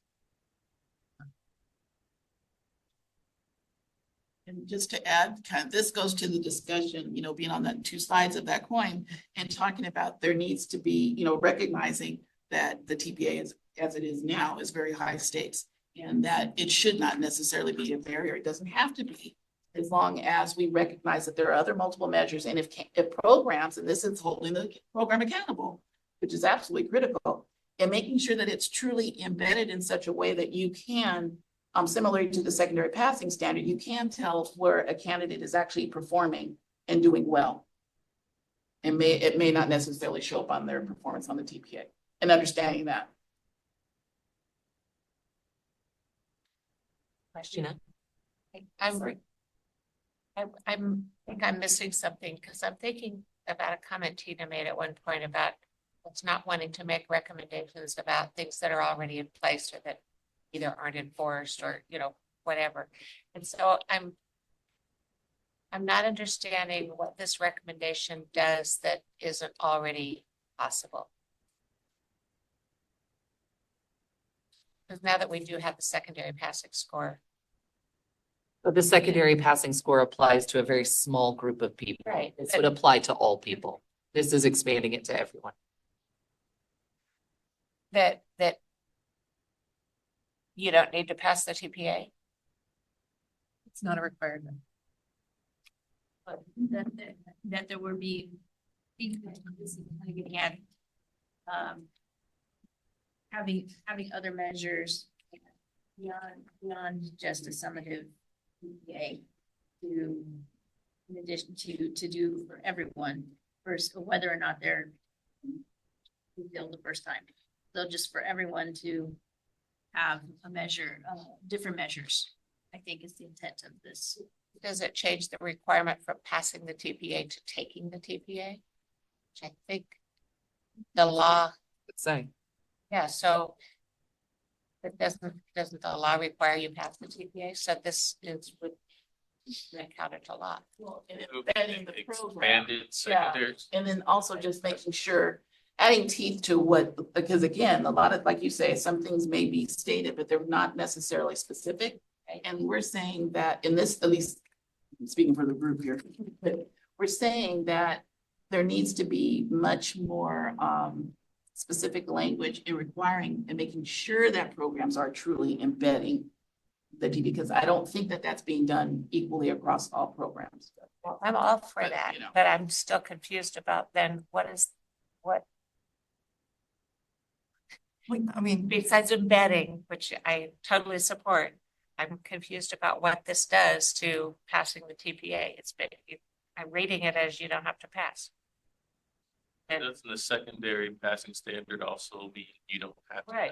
But only within 3 But it points. gives One, very yeah, one specific within 3 criteria. parameters. You said this would apply to everyone, and so it makes the TPA sort of relevant. Because if it applies to everyone and a program can just say, well, they've done everything else that they pass. It sort of removes the whole TPA requirement. Which. So we're gonna go doesn't allow. Kathy, Rebecca, and Patricia. Tina, I didn't raise my hand. I didn't either, but Tina. Just gesticulating. Okay. I was saying the law doesn't allow it. But the secondary passing standard means it does allow for someone to get a credential without passing the TPA. In that exception, I'm looking to add. Have to have missed it within 3 points. So you're within a certain -1 standard error of measurement. And then the intention of the secondary passing standard as it was codified. And again, there's still a little bit of discrepancy between what the commission adopted and then what went into law that we're figuring out. But the idea is then the program takes a look at the entirety of the candidate's profile, coursework, clinical practice, evaluations, observations. And then they have the option to, it's still up to the program to make the recommendation. And so this creates an option. This basically says, hey, we're close here. So program, your call based on, I think the law references CSTPs. And I know I'm going to be corrected to TPEs, but law says CSTPs. And so it says based on all CSTPs, if they're within that -1 SEM, the program looks at the entirety of the candidate's record and says, good. Then they may recommend it and they don't have, they're fine, they don't have to. To expand that, you would have to change the law. The secondary passing standard was set by the commission. So the commission has the authority to maintain passing standards. That is in law. So a secondary passing standard, the actual number you put on that is a decision that can be made by the commission. But this is speaking to in general. So does this fall outside of that? I would say yes. If we're saying that it is fully optional, and I'm not saying, this is what the law says, and, if we're just saying the TPA is optional, it is one thing to be considered alongside everything, then that's not consistent with the law. And that's not what we were intending to say in this. Right, but what But if it's reading that way. clarification was, that's what you did say, is that it would apply to everyone. But it's not, it's still part of how you would assess a candidate. It's not, we're not saying abolish it, we're not saying it's irrelevant. But if the passing score doesn't matter. It would seem like it's expanding the secondary passing standard to everybody. Kurt is not in compliance with the law. But the commission could change what that standard is, even if they said, oh, we're going to make it 2 deviations. Seems like that's in their purview. And yeah, absolutely. And this body is more than welcome to make a recommendation around monitoring and expanding the passing standard if you see fit. You know, and the commission's going to have to evaluate that, and they're going to have to kind of consider it and then choose whether or not to adopt. And this was just one, you know, one of the recommendations in terms of really looking at embedding and why embedding would be necessary. And why it would be important if we're going to talk about multiple measures of how we assess a candidate. And so we were thinking, you know, we were connecting the embeddedness in the program to make sure, hold the program accountable for making sure that they are preparing the candidate and using the TPA as one of them. I'm like, I'm just gonna jump in. I don't read this to say you don't have to take the TPA, because I would think if you are allowing those multiple measures and you are getting them embedded and it all is going through all that process, you should be able to pass the TPA. But if you don't, then can we look at the coursework, and maybe law does need to be changed? I don't know. But I think like this recommendation is designed so that we use, again, multiple, and I want to say I strongly support this, because some of our teachers, we all have bad days. We're human, right? So what if you did well on everything else and you rocked it, and then you did your TPA and you just didn't do so hot because you just weren't feeling good, you were having personal issues. Like I think it allows that ability to not be so high stakes. Oh, you didn't pass TPA, you can't teach, right? Like, well, then what, I go for school for 2 years and do all this coursework and not pass the TPA. So I just wanted to share that. And maybe since there is a discussion like this, maybe it just needs to be rewritten and clarified a little bit more, just so that we all have that understanding. Because if we're misreading it and we're misunderstanding it, then who else is going to do the same thing? So, and I know Talia had her hand up. Son, it's Tina, Talia, Colin. And Matt. Oh, Matt. Well, I don't know if it's helpful, but if we're talking about a standard error measure, they're saying that there's some variability in that assessment. So if this person did the exact same thing and resubmitted it, they might get a passing score within those 3 points. So it's acknowledging that it's an imperfect assessment. I don't know if that matters, but I think we're now talking about someone who really legitimately failed, not someone who potentially on the day they submitted it, maybe got the right score or just. So I don't know if that helps, but it's important to keep that in mind too. This is one of those places. So the first RDI, the work group recommends position the TPA is one of multiple measures of candidate readiness. This is where we do have this in standards. Our accreditation process requires that candidates, all of these assessments, right, in programs are identified by programs. These are all the things that the candidates need to pass in order to show they meet the TPEs and can be recommended for a credential. And the TPA is just one of those. So I want to just clarify, if this is just recommending that we emphasize what is already there to ensure that everybody understands that, or if there's some other intent around this.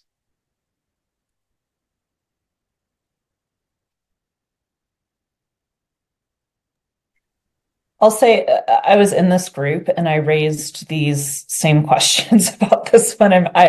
I'm not sure how. I felt also unsure of how this was different than what is already there.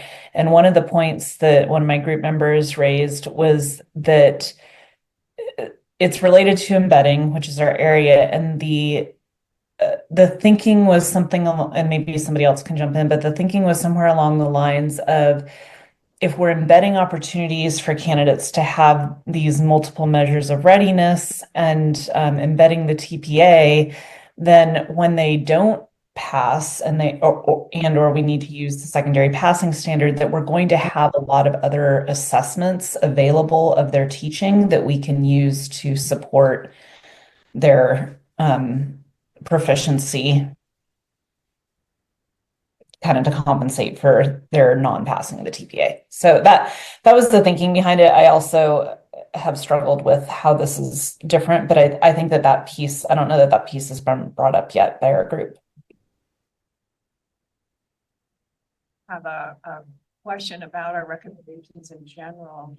One of them is, I just want to be sure that whatever recommendations we're putting out, we're aware, and the rest of the community is aware of where they sit currently in our standards, where they don't, or where they sit and what we think needs to be emphasized and strengthened. And if there's a way that staff could do an analysis of our recommendations at some point, to identify for us where they see our recommendations sitting so that we can be sure we're clear on what's different or not about ours. So this one could be something more to the effect of strengthening the existing understanding of the language to ensure blah, blah, blah. And I think there is a lot of misunderstanding out there around the TPA being the only thing that is required to be passed. So I think that that's about it. Talia? Yeah, I had a few questions. So the first one was, because I feel like I was a part of this conversation at some point in the last few months where we were discussing or reimagining the TPAs to be more authentic to the actual teaching profession, where an example would be like the written commentary. That's not necessarily authentic to a teacher, right? That's like, are you a good writer? It's very different than being like able to do some of the work of a teacher. And so I think it was about a portfolio of sorts, right? So like thinking about what's more reminiscent of a, pre-service educator to provide their artifacts that they're already doing within their program. So it doesn't have to be something separate. I don't know if that was a part of this conversation in the group, if that was at all had. Was it to reimagine a teacher performance to be more of a portfolio submission of the work that the students were already doing in their coursework, as opposed to what the TPA stands out as now, which is something totally separate. So I don't know if that was a conversation that was in the group, because I feel like I had that conversation with a group previously. Is that a part of your conversation? I wasn't in this group, but that sounds familiar of what we've talked about as a group, is looking at more of a portfolio as a multiple measures. I can't remember when and where. Yeah, I think that is the intention of trying to bring, again, coursework, field work, and TPA all together to address teacher candidates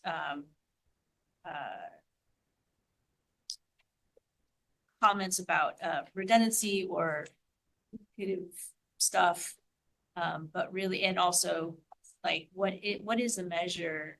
How do we measure, and how do we evaluate teacher performance assessments authentically as well? And it is through the embedding of TPA tasks, where it could be entirely possible to reimagine the TPA being a one source of multiple measures that evaluates performance. And like Dahlia was saying, teachers are typically assessing, right, long lesson plans or write about the context of their classrooms.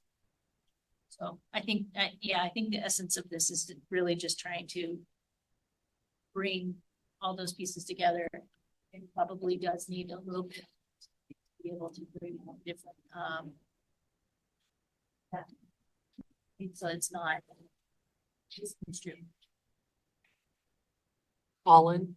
And so we've got a couple of comments, and then we're going to talk about when we want to break for lunch. So Colin, and then that was my comment.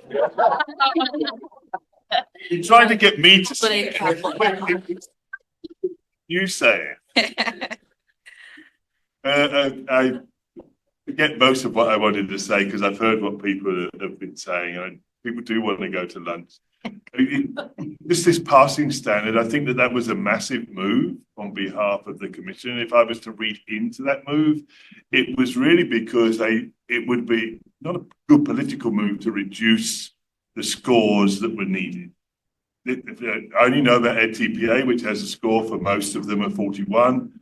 That now goes down to 38, and we as an institution can now pass them with that score of 38. But some school districts, some states had a score of 38 is where the bar they set up in the first place. We set it particularly high, and that's why they brought it down. I think is that they realised it was much higher than other things. But you can't bring down the bar without some political kickback about, well, they made it easier to become a teacher in California. So that would be an obvious reason why now only if they're within. But maybe it should be lower. Maybe that it shouldn't just be, you're right, it shouldn't just be one standard deviation. Maybe it could be 2 standard deviations. But I don't want to get into the whether it's, yeah, that's enough. I do. Kathleen? And that's our last one. Yep, Kathleen. Not me. Right. No? No. All right, Adam. So I just want to check back in on the process from here to the final, to the presentation of the final recommendations in June. Because I think it is easy to get, this is all tantalizing stuff to like divert into the weeds in. And it's important, needs to be discussed. There's also a recursive process built into this that combines our in-person time with individual time to score, reflect, add feedback, come back, revise. So we are going to have a chance to, you will have plenty of time to read each of these and provide comments that you can then look at as a whole group in March. And then what we send forward from there is going to get feedback and come back to us again. And then the entire focus of the last 2-day meeting or 1.5-day meeting is entirely on, okay, we have elaborated our entire set. We have sort of the draft feedback. Now we can go through and we can really get into what we want to send forward as the final product based on that. So we do have these opportunities. And so throw tomatoes at me, but I would just encourage, I would encourage finding a balance from this point on with, are we surfacing the issues? And now I'm at a point where I think I can go back and I know how I would score this and provide my feedback. Or is it something that we need to do synchronously?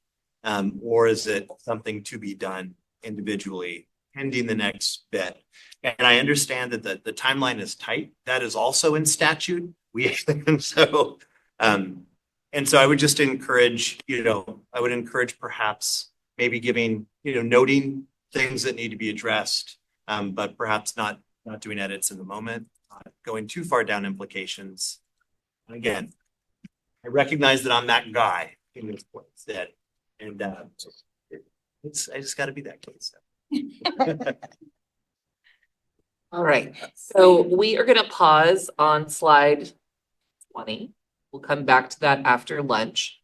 It's 12:05. Let's start again at 1 o'clock. And we'll pick up where we were leaving off. And then after we go through the slides, there will be opportunity for the public to comment as well. Great. Have a wonderful lunch. All right, welcome back. Hopefully everyone had a nice lunch and you had a chance to see the beautiful sunshine outside. It's nice. Oh, it's a beautiful day. Reminded why we live in California, right? All right, we are going to go back. We are on slide 20 in the middle of the recommendations for embedding. And are you ready? Okay, so this recommendation recommends that the program standard 3D be revised to include the requirement that that programs provide evidence of how they are supporting mentor teachers with training and resources for supporting candidates to successfully complete a TPA, which is embedded in the fieldwork experience. So the essence of this is really to ensure that everyone, all the stakeholders who are supporting TPA understands, has training, has the resources to be able to successfully help a teacher candidate move their teaching. It's also just to reinforce, because right now it says that the mentor teachers get 10 hours of training and they have they have to acknowledge or support of that TPA, but it does not give any specific language on exactly what that training should entail and how much. And so, it's really important that the mentor teachers who are right there with that candidate know exactly how to support that candidate through their TPA experience.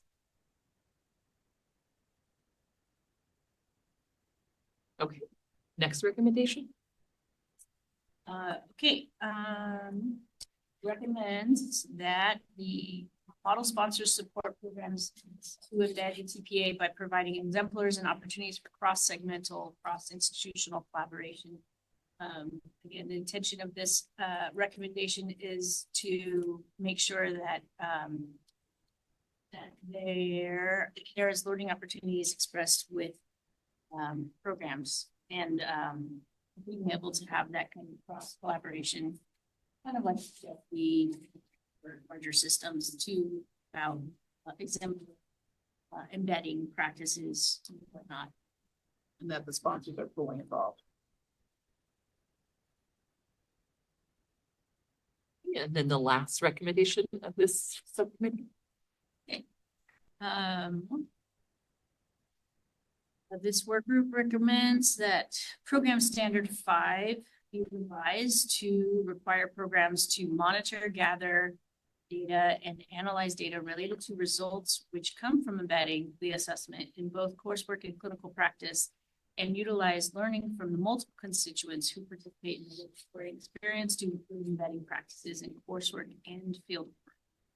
Again, this is again, another opportunity for coursework and field work to come together, and also to require programs to look at their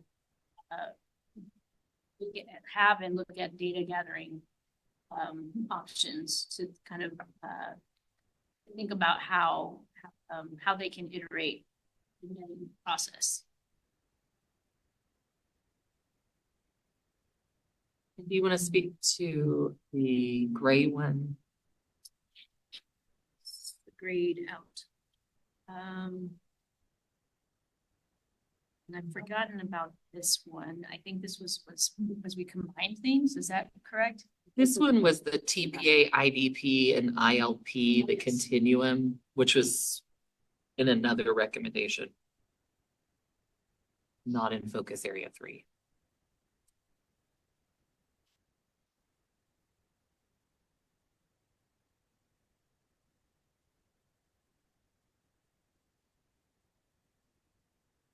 A question about the previous. Oh, yeah. Sorry.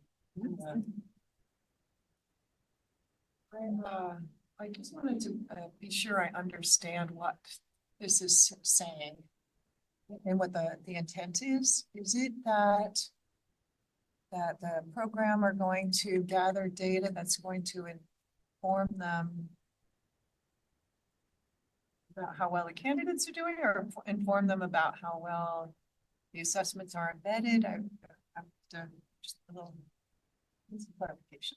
I think it was, well, if I remember the conversation, it was a little bit of both, but mostly it was to really ensure that to see how effectively the TPA was embedded into the program. So obviously we have to kind of look at, yes, how candidates are doing and what their experience was, and to be able to collect data to make sure that, number one, it is embedded and it's embedded effectively. And so what would the data look like that would be collected to show that? Well, that's the gist, you know, in terms of what kind of data would the program collect. It could be obviously like scoring. We left that pretty much wide open on purpose because we think that that would be something that needs to be kind of dived into, and to look at what data would be feasible for programs to collect and how they can collect it. Because right now we don't know exactly what capabilities the program's going to have in terms of, and that was also part of the one with the program sponsor and, you know, best practices and having a community of practice get together with the program sponsors so that they, because they have some data that programs don't necessarily have. Say that right? Yeah, and I think there was also to kind of ensuring that programs also look at their available data and use that. And also to use it for continuous feedback, to have a continuous feedback loop. One reason I'm asking is I think it overlaps with something we did in our continuous improvements. I'm just sort of trying to think about how And there is, and you know, that's one thing that we did talk about is how there are a lot of overlaps amongst all of these, a lot of these recommendations. And, you know, just getting clarification, and I think, you know, for Adam, the work that you're gonna have to do in terms of creating this, you know, the survey. Because that'll provide a space for people to be able to flesh these out and to say, you know what, I don't really need to support this one because this one covers this more effectively or whatever the case may be. Am Yeah, so I think my own, from my understanding then, what I'm seeing is this is sort of calling out using data for continuous improvement of embedding practice. Correct. Making sure you're focused on that as the outcome. I think one of the added elements was, and we had debate on whether or not this should be just moved to the local scoring focus area. But yeah. Because we were trying to figure out why is the local scoring piece in here? How could that be utilized and improve embedding within programs? So we had to kind of figure out, okay, well then maybe we talk about the learning that the local scorers get can be used to inform the program to kind of improve that embedding process. But then like what kind of learning would they gather from the local scoring or local scorers' experiences? It's unknown at the moment. So if, I'm just throwing this out there as a maybe something to think about. If we put this one and recommendation one in the very beginning together and just added a piece in recommendation one that said as part of continuous improvement showing the practices or something like calling this out a little bit more, would that cover? I'm not saying you have to answer this right now, but we could just, that might be one area. In the process, you know, I need to clarify, Julie. So, you know, our next iteration, like when we do the survey. Yep. That's gonna help inform the next part of that process where we can consolidate, combine, or where it makes sense and so on, right? You could make that recommendation, that this should be combined with recommendation one in whatever the subcategory is for that one. Yeah. And I don't know whether it's the right thing. That's why I was throwing it out there for think about.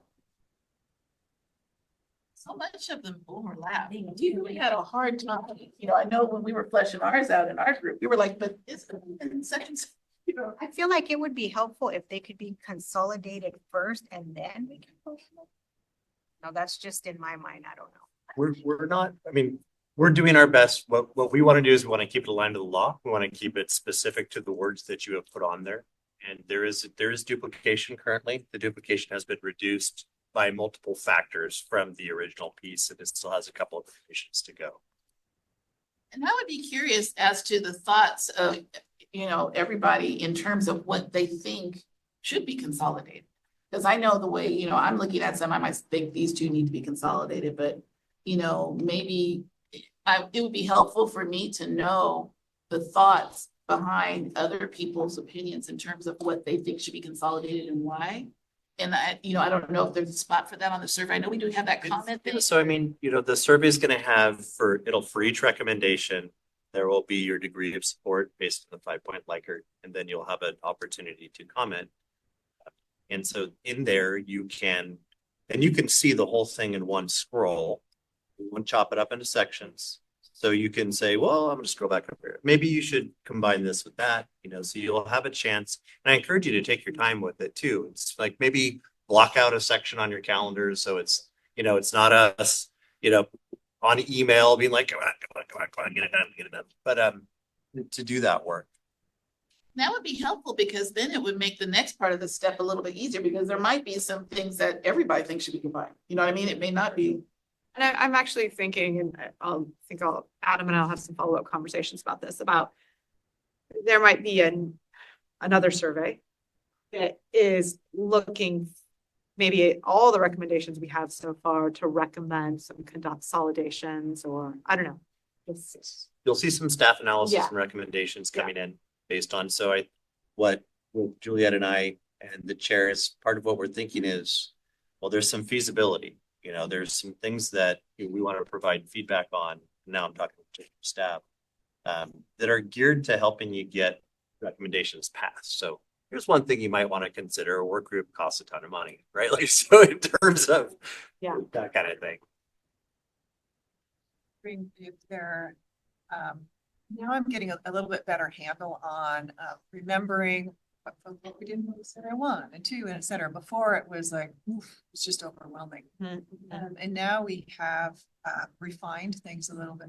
Is there a way that it could all be in one place that we could easily look at and refer back to when we're And that's kind of what I'm thinking about. Plus, and if you do look at the agenda item 4A, that has all the recommendations so far.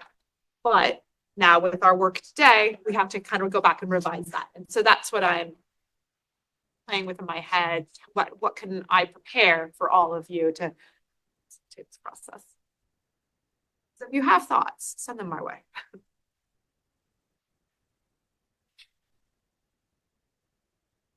All right, with that, we're going to move to improving communication across segments. And so we'll start on slide 25.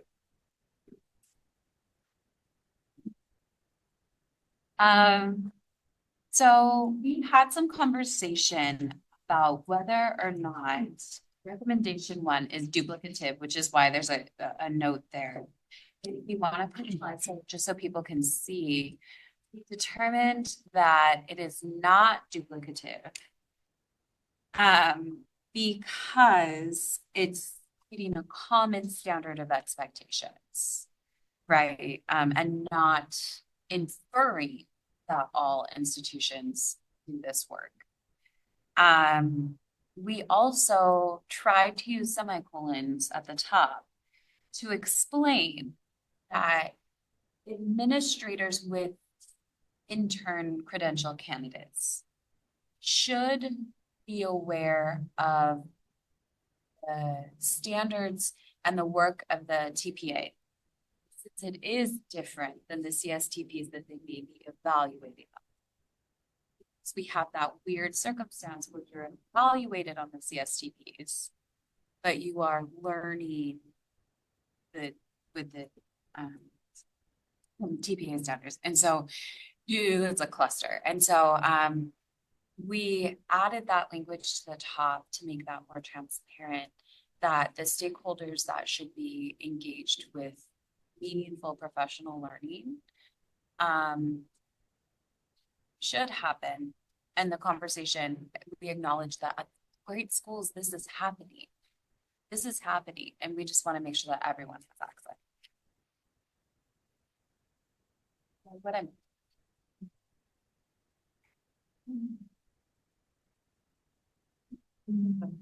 for me. So uncontroversial.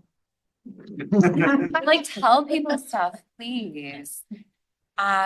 This one, we understand that the CTC maintains a great website that includes pathways, like if you want to do this credentialing pathway, that credentialing pathway. And instead of incurring expense to create a different website, we recommend that the CTC update the current structure in place to include pass rates for the teacher prep programs, just so there's more transparency, because it is a tool to help future teachers decide if they want to, what kind of program they want to take, which program. The tool already exists, and in the spirit of transparency, including pass rates and items like TPA offered by each program. Do you want to do a TPA or CAP TPA? What does that look like? Just adding like another column basically to what already exists. We were really concerned about duplication of resources and the cost that's associated with any time you do anything. So trying to make a minimal change that might be effective.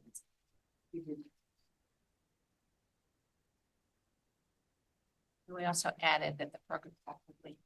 Oh, yes. Oh, yeah. And that the program should link to that page. So that that transparency is there.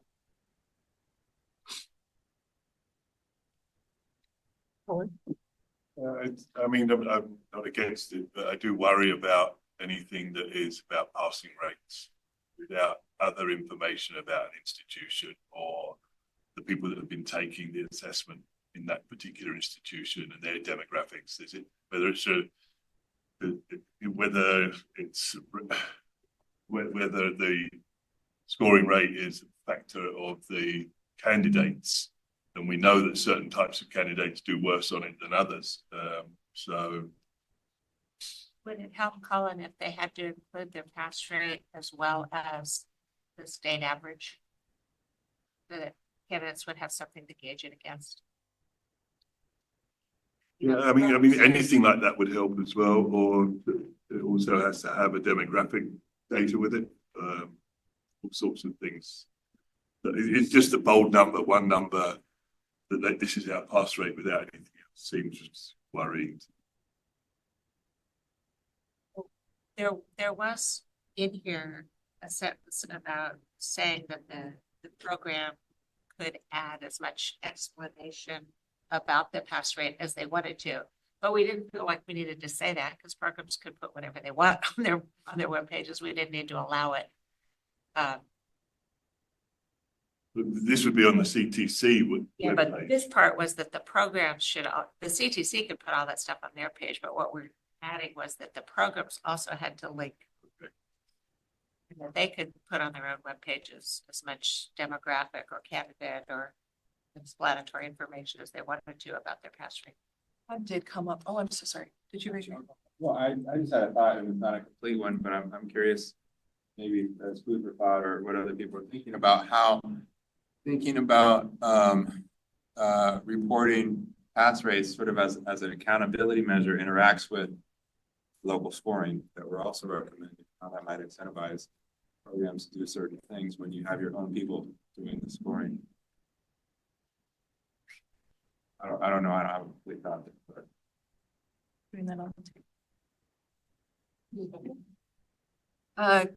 Yes, Colin, we talked about that, and I share that concern because we know there are correlations there, and signifies that this test isn't perfect and there's stuff baked into it that we don't want. When we talked about, do we include the demographic breakdown on the CTC website, or what do we do? So just saying, I don't have the answer, and if somebody does. I just want to add real quick. I think we talked too in the past about creating some kind of dashboard like we have for schools right now and looking at maybe teacher prep program doing something similar. And so I think that would be great just to, know the demographics, passing rates, even like student feedback, like some of the surveys they take, like do candidates find that school easy to work with or not flexible. So maybe creating something like that as a candidate, I would want to be informed, especially if I come from a small community and everyone goes to one school, but not everyone has a good passing rate. Then maybe I have another option or look at different opportunities. If I'm a working parent, I'd like to look at different options and just flexibility. And so I do think there's things out there that could better educate our candidates on making the right choice for them, other than like, oh, this is closest by, or this is when everyone else goes to, but I know I'm going to struggle here. So I just wanted to add that. Ben, did you have your hand up? Okay, great. Tina. You sat her head up for me. I think I need more clarification around why this needs to be updated on the CTC. As a teacher candidate who is shopping around for programs, it seemed that you could say the programs have to, put this stuff on their page or whatnot, and that might just be left up to programs. I guess I'm trying to understand the rationale of it. So I think the CTC. so. we've seen that LPI chart, right? That has all of the institutions across the state of California. And when you look at that bottom third group, they're not saying anything on their websites about their passing rates. And so that's what this is meant to do, is to, if I'm a candidate and I'm shopping for a program, to equip me with the information that I need to be able to make an informed decision. So my next question is, I mean, does it make sense to mandate that? To reinforce that with program sites? It currently doesn't exist. So currently that data website that Kathleen mentioned does not have their TPA rate. Okay. Kathy? Yeah, I thought that, oh, I'm sorry. Hold on, Tina was next and then Kathy. Talking about data dashboards, I know CTC has been a conversation for a long time in our development data dashboard for a variety of different data. And so there's that. This recommendation could be as part of data dashboard updates, TPA pass rates, or some other element of the scores. Maybe it's also rubrics. I don't know, but that could be a part of it. But the second part to this is there is a lot of will for having this more transparent for people out there who are looking. But you do have to be careful. It does need to be in context, and therefore I think if it's part of the data dashboards that provide more context about the programs, that might be a better way of rolling it out. It's already there. I'm looking at USC's and our TPA pass rates are on our data dashboard. Yeah, but you're not in that bottom third on the LPI chart. You're talking about the accreditation data system? So the data dashboard, and is like, if you look up for programs, and it's, it's meant to be for candidates also to say, to compare programs. But yeah, so it's not an accreditation dashboard. It's just called the data dashboard. Is it CTC? CTC, it's CTC's data dashboard. And I thought we had a presentation earlier. Yeah, let me just provide a little clarification, Kathy, because you're a skilled user here. So we have all of these things. So we have the ADS, institutions submit information and data. We put some information and data in there. That information and data is taken by the wonderful Fifi Lau back here and turned into dashboards.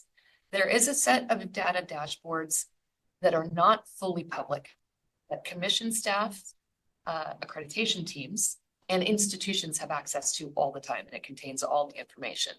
Then some of that, a subset of all of that, is put on our commission or our public website. So if you go to our public website, over on the right, I think it's programs and reports or something. Is that what you're Data and reports. Yes. Data and reports. Just to clarify, too. Oh, it's Title II. Sorry. Anyway. That one too. Yeah, there's that too. It's the annual. So when so then you can check out information by institution. You can compare institutions, and there is information there, including your TPA pass rates.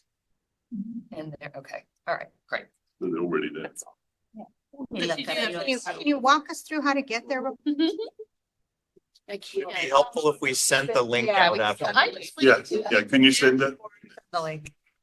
No, I just found it. And you can just, and you get on the CTC's website.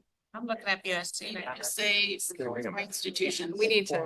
You look at. Yeah. Data and We report. doing better than you. All right, so we'll get that link. Let's keep going in the interest of time, right? Here we go. Very much. It's hard for them to come. So for this one,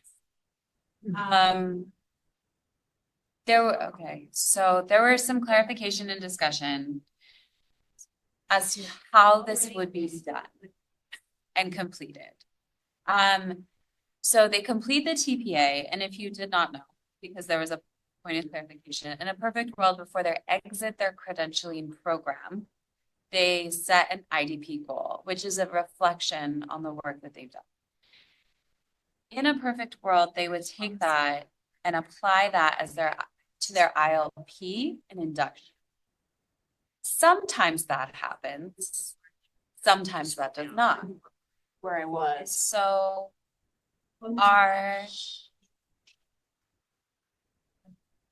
it's like data is so exciting.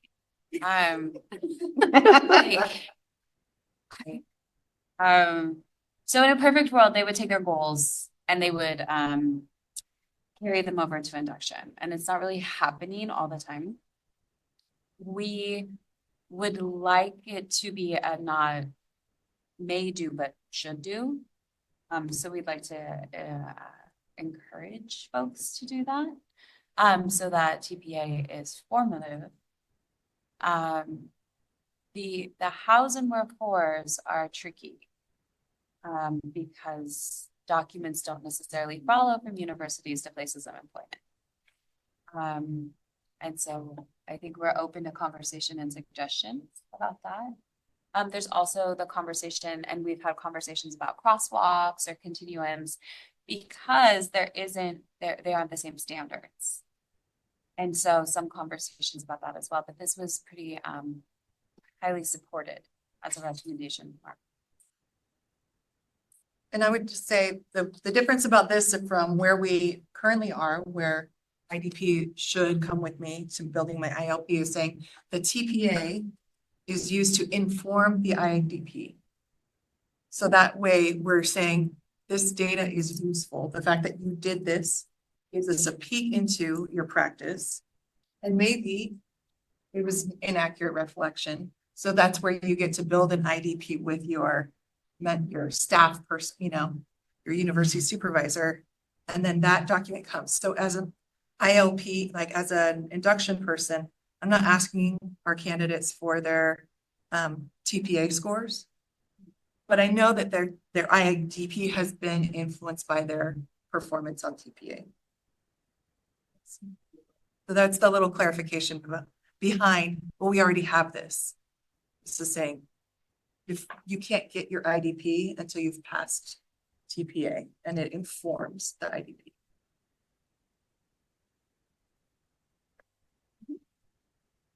And so I want to go back to the previous slide. So the fact that that exists, does that impact this recommendation at all? No, their TPA scores and individual reflections aren't uploaded on any CTC webpage. I'm not talking about the IDP. I'm just talking about this recommendation, which is at the update webpage to include the TPAs. And if I understood Erin correctly, that is currently available on the CTC website. Is that right? We are still struggling to access and find what we need. We need help on the public. I mean, it's very difficult. Mm-hmm. You know, we have an expert on the publicly available website. I'm still struggling with one institution to make sense of and find and navigate. And we got lost several times. Help from. I know, I wanted to come sit over there. So that was our aha moment that distracted you, but we've realized it was that hard. So I would say maybe we should give a recommendation, or that we make it easier, like something that would be the forward facing, maybe more friendly. Something like an accessible web page. If we're Make their webpage more accessible. Happy to take that recommendation because it's work we're planning to do and in the process of doing anyway. And actively trying to do. And this ties into the development of standards, development of data standards and reporting. Because if you're going to have multiple measures dashboards, you have to have a higher degree of standards for how you're reporting things, when and why. And so that is work that is currently underway, but stir our efforts, that would be wonderful. It also came up with the commissioners in the discussion of the agenda item. Yeah. Can save you time. What is there right now is not optimal. Well, there's It's so much- definitely a good basis for improvement. Yeah. So I would just say it might be worth going back. We made some adjustments to the language that we walked in with today. And the conversation we're having right now leans more towards what was in our packets. So I don't want to take time to rewrite it right now. I don't know where we're going, but it may be worth saying, because the language user-friendly and accessible was in the original I see. recommendation. And when we looked at it, we thought, maybe we can streamline and just say, put it in what's already there. But maybe there needs to be a revamp. Update their web page to be accessible and user friendly to include. Yeah. And Adam's gonna do it anyway, so we're good. Good recommendation. Colin? Oh, can I just say one little thing? What about these data dashboards and the information that's collected? Not all programs have access to data. Not all programs are created equal in terms of having somebody who is dedicated to go look for that data and to figure this out. It is not easy. And so, I guess we just need to recognize that when we charge the institutions with doing that, understanding that they don't necessarily all have a resource. We're fortunate. I have a resource. I have a guy strictly devoted to data. So. Colin? Yeah, I'm sorry to go back, but I was just looking up about the induction plan. Already, I don't know what the status of a program sponsor alert is, but that went out in 2018 that actually says that the plan that they leave the program with has to include their performances on their teacher performance. So I don't know why, do we need that statement? It's already there. It says it. I don't know what an alert is or what status program sponsor alert has. Yeah, is it really mandatory? Yeah, I mean, it says we're supposed to do it, but I guess from experience, it's kind of the wild, wild west out there in terms of to which extent programs actually, number one, make sure that the kids have it or collaborates with one of the school districts, or whoever whoever they are, of where their candidates are going. Do you actually work with them? I know that it was a long time ago when I was eons ago, but I do remember one small school district actually devoted some professional development and collaborative training to the programs that supplied their teachers, and it was specifically around the IDP. But that was very, very rare, and it was, like I said, eons ago. I don't know. I just wanted to Thank you for bringing that. We talked about it and didn't know where it might be. Yeah, it's number 1805. 28th of September 2018. I was gonna say, I think this is a great example of if between now and the next time we're together, if staff can, I think we're busy, but if you super busy, but if you can identify those places where this lives, some of our recommendations live, and then we relook at them and say, actually, we need to strengthen this by doing it. Yeah, you're right. It doesn't mean that we don't want that recommendation, but it's slightly different wording. They need to enforce or actually implement in some way. Envisioning a table that has each recommendation that's been developed so far with where it would fit in or what's currently in place that relates. Is that sort of what you're thinking? That would be great. Okay. Kristen, do you have something to add? I was gonna speak to the data we give back to programs briefly, but we kind of have moved on from that. Is that what you were imagining? Just that we, in that accreditation data dashboard environment, if you all are part of a institution and program, TC is there right now, because that data is currently being cleaned, actually currently being cleaned and worked on visualizing, but that will be, so it won't rely, thankfully, we give a lot of data back to programs, right? We try to reduce the load, where not everyone is going to have a staff person.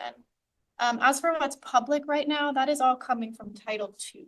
And so our recommendation would be not to use that as the main metric of TPA status right now, because Title II submission requirements do not include all performance assessment submitters. So what we are working on is standards that look at all of the submitters from an institution and that have consistent numerators and denominators. And so that's the process that we are doing right now. So that absolutely will go to the accreditation data dashboards, which are the secure sites where you see your own data. As for what is made public, I think that that is potentially where good discussion could be had. Thank you. Ready?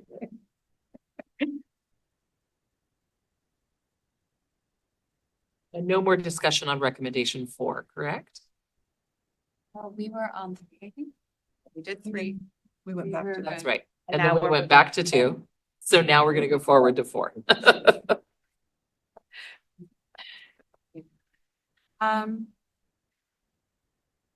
So Oh yeah, this is our. we added this as a new slide.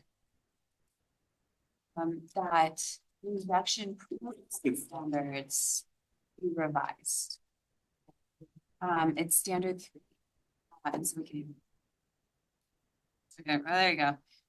Be revised to include consideration of TPA and IDP information and the development of the ILP and induction goals. And so what we found was, while it should be used, we could not find an actual requirement that it is. We felt it was necessary because, again, it just feels like random people should be a form of assessment.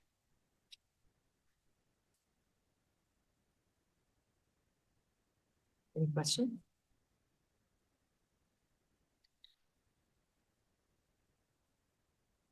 Thank you. With that, I know we were kind of doing a lot of discussion along the way, but are there any other group comments before we open it to the public? I have one. Just in reading this improved communication across segments, if we can go back to their first recommendation, I feel like this kind of covers the orientation recommendation that I had before, and I feel like we can add some language to this to remove the other one and include this here. So I was thinking RDA, our the work group, recommends that program standard 5 be revised to include an orientation to engage credential candidates, including interns and their administrators, mentor teachers, credential candidates, supervising staff, with meaningful professional learning specific to the TPA tasks, rubrics, and scoring, and how they can support candidates throughout the process. The reason why I say this as well is because what we've learned from Ed TPA and Cal TPA is they already have an extensive online support of resources and things that we and candidates just don't know about. So I feel like the orientation process can cover all of this, including scoring, secondary passing rates, and include how the TPA is embedded within their program. So they started editing it, but I don't know if this kind of streamlines those two ideas together and improving communication within orientation so that the TPA is clear to all. That's similar to the clinical practice one that's already in place. Minor little edit for the next version. I've noticed in all of these, sometimes we are referred to as work groups and sometimes work group. Just it should be consistent. Sometimes it's work group recommends and sometimes it's work groups recommend. So are we one group or are we many groups? So, thank you. Are we able to then, Rebecca, back to which number was it? Me or Vanessa? I'm sorry. It was the 7. It was improved candidate support recommendation 7. But I feel like that kind of goes exactly hand in hand with what their communication recommendation is. I'll skip this slide. Yes, if that's okay. Is that okay? Yeah, thank you. And if we can go back to that recommendation one, the last sentence, implementation of this recommendation is intended to address this by connecting the candidate more explicitly, support feedback and revision of the TPA. They think it's important that candidates have a vast understanding of what the TPA is before going into it, because a lot of candidates are confused throughout.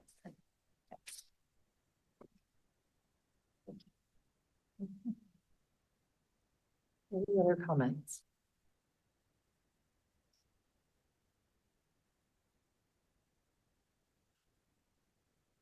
Okay. We will now open for public comment. If there are members of the public that would like to make public comment, please turn on your camera if you are on Zoom, or turn in a slip if you're in person, or push *9. And the recording secretary will call your name to share your comment. Are there any public comments? With that, we will move to item 4B.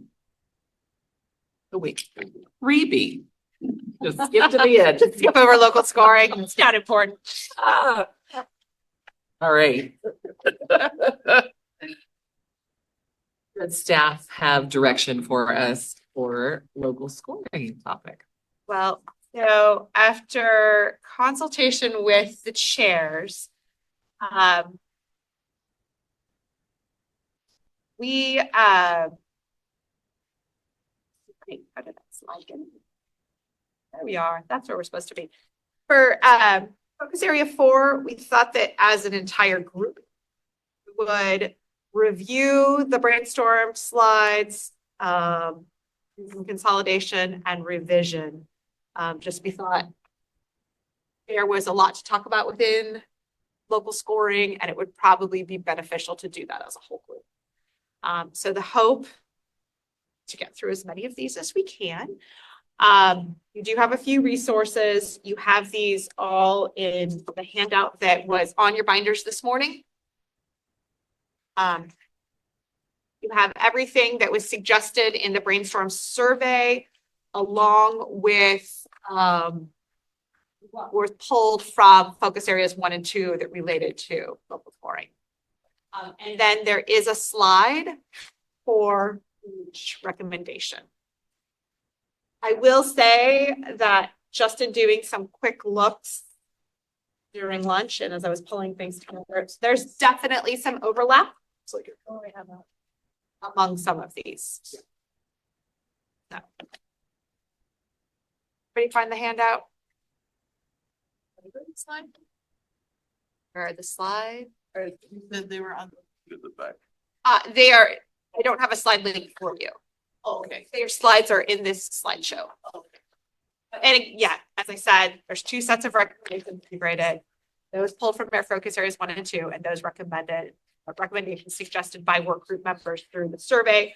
The way you can tell the difference is the ones that were pulled from focus areas 1 and 2 have a letter, recommendation A, recommendation E. Those that were submitted through the survey have a number. You'll also see that they are not as, they haven't been workshopped. I don't know if you want to take a minute to look through those. I think so. Let's take about 5 minutes to review handout 4. Does everyone have it? Make sure. Off of the binders. Oh, lunch. Everyone's good. Okay.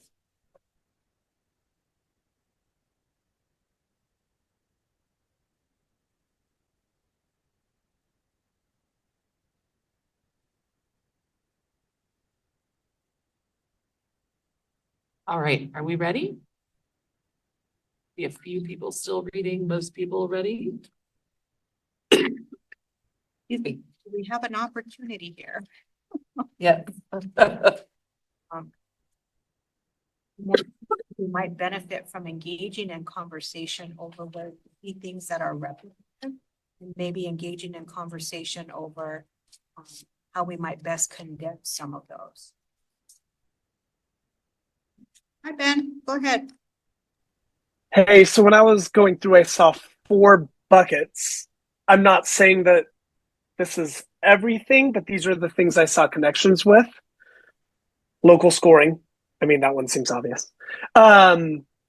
Training and calibration. And so that would be like faculty, supervisor, mentor training, calibration. Data usage. And then funding was kind of, it's one I almost didn't include, but I ended up including. There's one idea I couldn't fit into the other 3. So when I'm thinking about this so far, I'm hearing kind of 4 different ideas that might need some form of a recommendation if we were to move forward with all 4. Thoughts about those 4 categories? Tina? I think that's super helpful. I'm also wondering if before we even start, if we can have a discussion of what we mean by local scoring. I think we have different understandings and ideas around that. Vanessa? I was just gonna ask Ben to repeat the 4 categories one more time. Ben, can you please repeat those 4 categories? Yeah, the 4 I saw were local scoring. Which, by the way, I 100% echo what Tina said. I think there's different definitions of what we mean in this room. I know I'm not in the same room, but you know what I mean. Training and calibration. And that was like for faculty, supervisors, mentors, etc. Data usage. And then the 4th one I had was funding, because there's a couple of elements about how to fund it, essentially. And Mandy has those categories written down here as well. Yeah, I agree, and I build off the what Sheena said. Kind of making a shared understanding around what locally scoring means, but the first decision that I saw that was on the recommendation was whether portion or all came up for me. So I saw the first recommendation as the only recommendation that says it should be locally scored versus all the rest. Look like to me, the full, the full, it should be locally scored. So just want to bring up. So hearing that, it sounds like our first task would be to engage in a call about what we mean when we say local scoring. So what I would propose is that we engage in triad discussion around that, and then we share out. So I'll give you maybe 15 minutes to talk in a triad, and then I'll check in with you to see where you are. So we've got Alyssa, Tina, and Matt. We've got Rebecca, Vanessa, and Kathleen. We've got Beverly, Patricia, and Colin. We've got Kathy.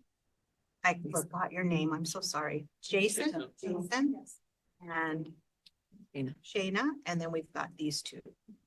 So if you can take, I'll give you 15 minutes to talk about, when we say local scoring, what do we mean by that?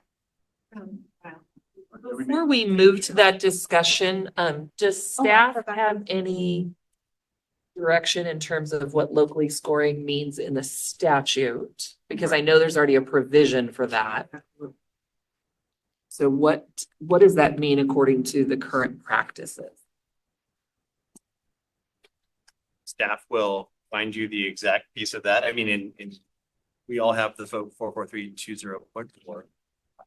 In terms of the local scoring, I don't know if there's any definitions. I don't think performance assessment standard. It just refers to it. What performance assessment? It doesn't define local scoring. I just, that's why it's important that we engage. Creates the option and the requirement for each model to maintain a local scoring version, which we verified none have taken advantage of that flexibility. Yeah. So there is technically a local scoring version of Cal TPA and TPA. Fast is that's what it is, and this is an echo of a conversation we had, and the question was asked: is anybody using the local scoring option for one of the model sponsors currently out there? And the answer was no. that is the sum total of my knowledge around statute. I believe that's all there is. And I will check. Just had it 4432. Oh, sorry. All right, just a question. I just want to clarify. So when you say that they have to have a local scoring option available, that means that they have the mechanisms to enable local scoring, as in making sure that candidates from, now when they say local scoring, is it geographically local or is it by institution? Well, that's what we're gonna discuss at triads, is what, for your triad, when we say local scoring, what does that mean? If you look at assessment design standard 2E, and this was a handout in January, there is discussion of local scoring. Says the model sponsor provides a consistent scoring process for all programs using that model, including programs using a local scoring option provided by the model sponsor. Okay, and then if you cut down farther in that paragraph, this is page 6 of handout 4B from January. All approved models must include a local scoring option in which the assessors of candidate responses are California program faculty and or other individuals identified by the program who meet the model sponsor's assessor selection criteria. These local California assessors are trained and calibrated by the model sponsor, and whose scoring for work is facilitated, and their scoring results are facilitated and reviewed by the model sponsor. So it's saying you could deploy at TPA like FAST is deployed. Okay. That's the kind. FAST is not locally scored at this point, right? Because it Yes, says faculty. Well, locally scored as in only by its faculty. Faculty, yeah, and coaches. But not necessarily, by, it's just faculty scored, right? But does it say, Faculty score? Faculty and coaches. Yeah, coaches are instructional faculty. but it doesn't say, it doesn't say it has to be faculty from institution-specific. that Right. institution. It doesn't. Exactly. So it could be, UCLA and Yeah, it's geographically, it's you not guys come necessarily. together and use people. Which there's a valid argument for it to do that, because then that kind of gets away from some implicit bias when you're doing your own stuff. Hey, Got, Ben, and then we just Ben. Go ahead, Ben. I was just gonna say, I don't even think it was limited to faculty, because it said, if I recall, I'm sorry I didn't have it up, I was listening to Juliet, but it said anyone from the institution that was approved and went through the proper training. So anyone like the institution is saying, yes, this person can do it. Did I misconstrue that? No, and in fact, what the performance assessment design standards say is local means California. So technically, we're engaged in local scoring. So there again, I say, let's go to a triad discussion. And I do want to bring us back to 44320.4. Is this, I'm losing my number, C5. It's recommendations for how programs can engage in local scoring of the assessment to inform program improvement. That's the focus area that we're working in. So. Triad. Okay. Let's make sense of this. Go ahead, Talia. Hi, is it possible to get the three of us on the Zoom into a breakout room, please? Yes, we'll do that momentarily. Right. Also, can we get the link to that, just in case anybody needs it? What was a MTC? Do what, Juliet? 4B-6. 4B-6. Yeah. Your thoughts from Defining it. That one's not included. Everything else. I'm an instructional coach 2, 3, and and I'm doing induction. Select a note taker and a speaker. Make sure that you select a note taker and a speaker. And I saw it was the 6 o'clock, and I was like, this stuff out is leading. All right. And so how do you want to host do it. Yeah. Does that feel? It was pretty. About like the crash course for the boat race. So it happens when you see that with their jobs. Okay. So it's so beautiful. I get to work with a really small district. You can drive school to school. Like really, yeah. So you're like, yeah, like what's local about that? Yeah. Yeah, so some. Absolutely. The year. Exactly. We can't do that kind of. Say, well, you're ready. Like you have hit these components. Right. So who would like to go first? We'll go first. All right, here we go. So Hold on. Wait just 1 second. Sorry. We just have to pull everybody back together. Yeah, we need to close the breakout room and I want to make sure that I'm sharing my screen so that as I'm capturing correctly. Great. Can everyone online hear us? Excellent. Okay. All right, So for us, local scoring, we took that down to local, meaning the context. Local is equal to context. And then the context is who is working in proximity of the candidate. The contextualized piece is also understanding and knowing. So context is also about clinical practice coursework. So you have people that are involved in the clinical practice and coursework there. And we actually thought about what Ben had said earlier about what do we do with the nationals and the UMasses and all that stuff. But we also said that in the case of those online programs, that online learning environment can also mean or be a context, because that was something that came up when we were talking about, well, those are serving an entire state, but they're still within the context of those online institutions. Correctly, Josh. So when we started our conversation, we kind of talked about what we consider to be local scoring, and we kind of landed on in this context and what we were reading about, what the benefits would be. We considered local scoring to mean that an institution would score its own candidates. That was our interpretation. I think we did not understand the task because we did not get kinds of answers.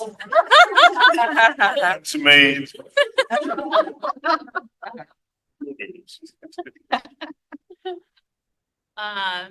Do you want to add anything?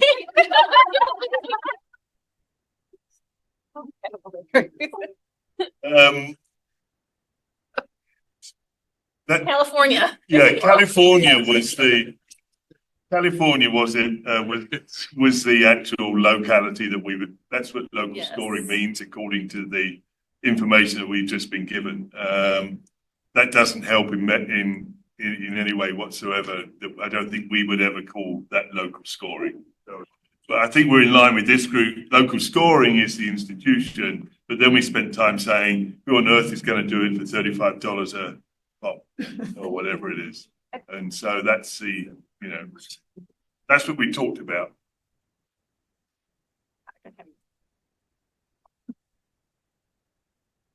sure. All right. Vanessa and Kathleen. So we were thinking logistically, like what local scoring would look like and keeping it authentic. And we imagined that that might be grouped by County Office of Education.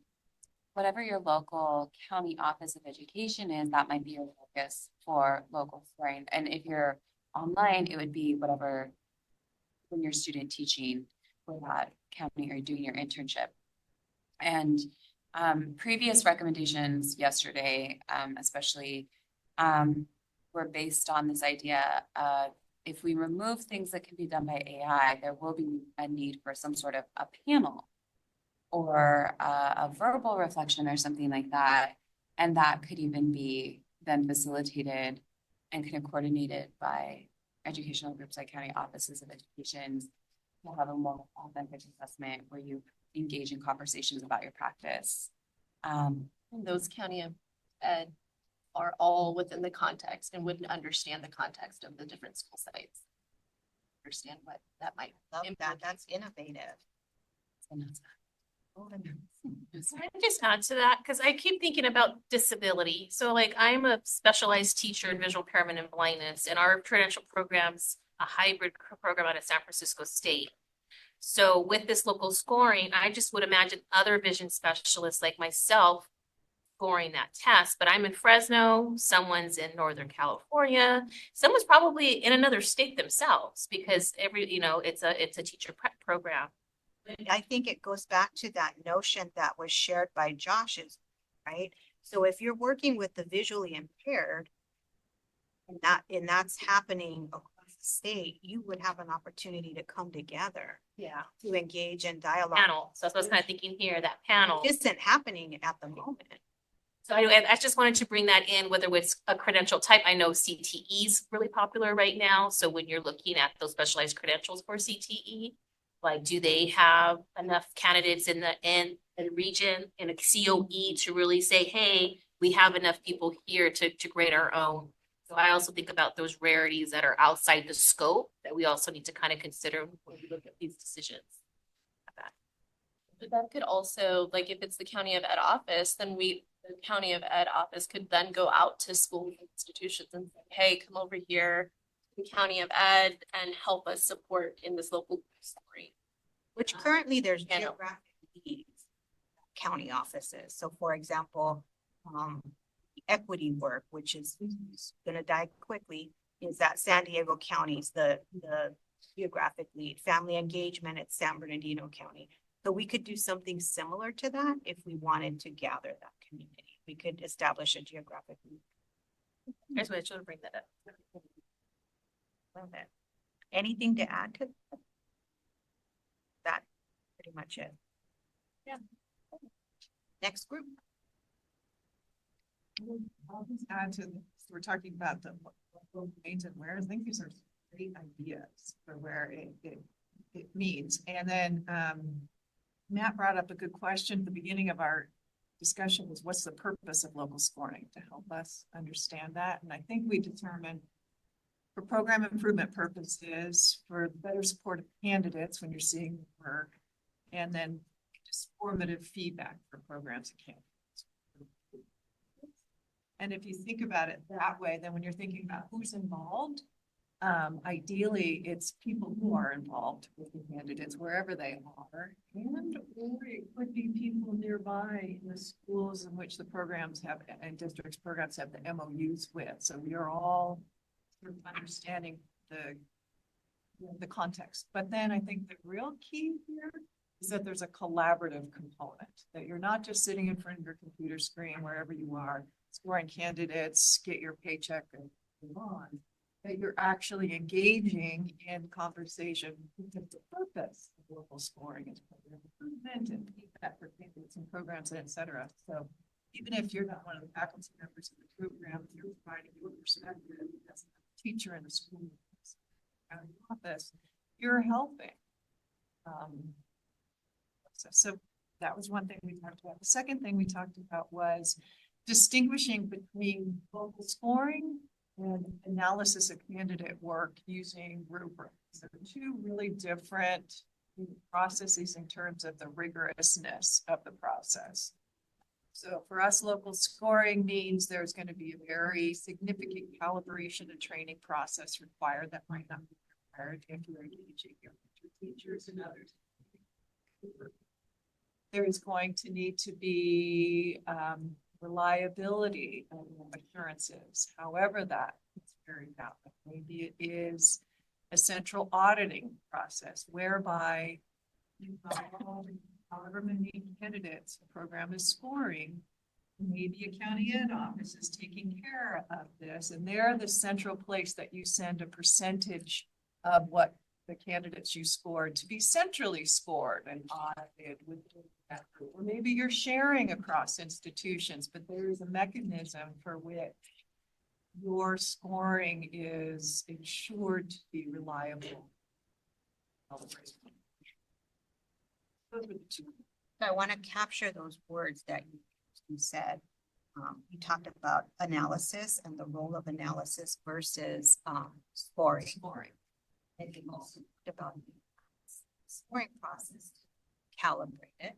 And then there was another concept that you. And then checks for reliability in the score, which might be a central auditing. That's. And so I have a couple of questions for you all. So the first question pertains to testing providers, Pearson, and in the case of Bass, Fresno State, would we still need those people? For the scoring? If we were to shift to, I know it's a little fuzzy in the moment, but if we were to shift to something that were like this team described, where it was organized by geographic region and people came together, would it still necessitate that we utilize a Pearson, for example? I think that is a question we should explore and understand the complexities of doing the training, of gathering all of the data, of ensuring that everybody's got all the right materials. There's a lot involved, whether you're doing it locally or otherwise. I just want to kind of back up, on the same conversation in terms of what the purpose of this is doing, because that would drive how we thinking how we want to do it. Because what Shana and I were talking about in terms of, looking at candidates' work rubric by rubric, the candidates, their graded submission or whatever, looking at it rubric by rubric, where's the added extra value if you're already doing that for program improvement purposes? Because, for us, we had a couple of years ago, our pass rate dipped and we were not happy with that. And, at TPA coordinator, we collect all of the score reports and we would look at some sample score reports. We engaged with the faculty, we engaged with some of the mentor teachers, the ones that would come, and, talked about how to improve how a candidate could do on certain things. And we found that, okay, there's certain areas that we needed to do more in our pedagogy courses. And we worked with the faculty to revise those courses. And now our pass rate is fabulous. So we're already doing that. So for us, I guess I would just say, number one, if we're looking at for program improvement, does that necessarily mean you actually have to score them? Or can you just make sure that there is a way for you to absolutely examine those score reports rubric by rubric, or you have a way to look at candidate work that you can improve? You see what I'm saying? I do. Yeah. That was a notion that came up from another group where they said they posed the question, is it really about the scoring? Right. Or is it more about the analysis? Yeah, we did say something right. We said, yeah. I know, I heard you. I'm going to pause our conversation. We actually haven't heard from every group yet. Oh my goodness, thank you. I want to make sure that our Zoom room has an opportunity to report out before we discuss. I'm not sure who's sharing. Yes. I'm not sure who's sharing either for us, but I did want to say the question about scoring versus analyzing candidates' work. I think Tina's point about calibration is really important. And that's a purpose of the assessment, I think, is to develop shared understandings among teacher preparation professionals about what the rubrics actually mean and, what we're actually seeing in our candidates' work. So in addition to looking at that work, I don't know that calibration is the only mechanism for that, but calibration provides a mechanism for developing those shared understandings of what we mean. So, and I'll say, the rest of our group can jump in too. I didn't mean to be over, but I'd also say that we talked about local scoring as being in the institution. We said in the exact same words Tina said it earlier too. Because we're sophisticated. I was gonna also just call out one thing. We talked a little bit about the pact and kind of the transition from the pact, and the sense from our group is that the pact was locally scored, right? free for candidates, part of the program. Like that's how it, if we recall, that's how it was, right?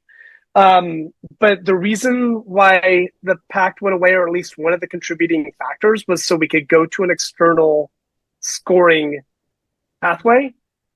I'm just wondering if there's any information on that, or if that's just kind of the sense that our group had. I'm just hoping for any information from like anyone with historical knowledge that can chime in on that. Yeah, I can as well, but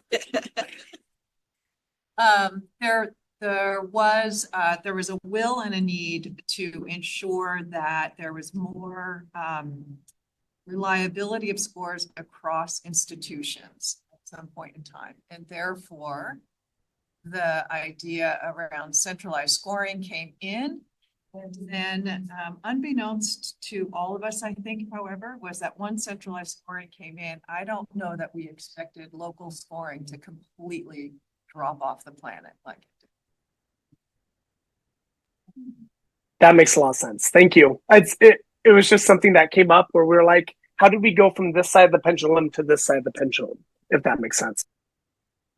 So whatever we do, I think we do have to require, and we need to have some assurances that if across institutions, if we're engaging in local scoring, and we have some parity across them, that we can rely on what scores across institutions.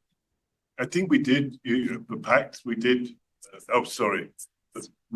just to finish up, I think we did meet across the institution. We did bring examples, exemplars of our scoring and have those conversations, if I remember rightly.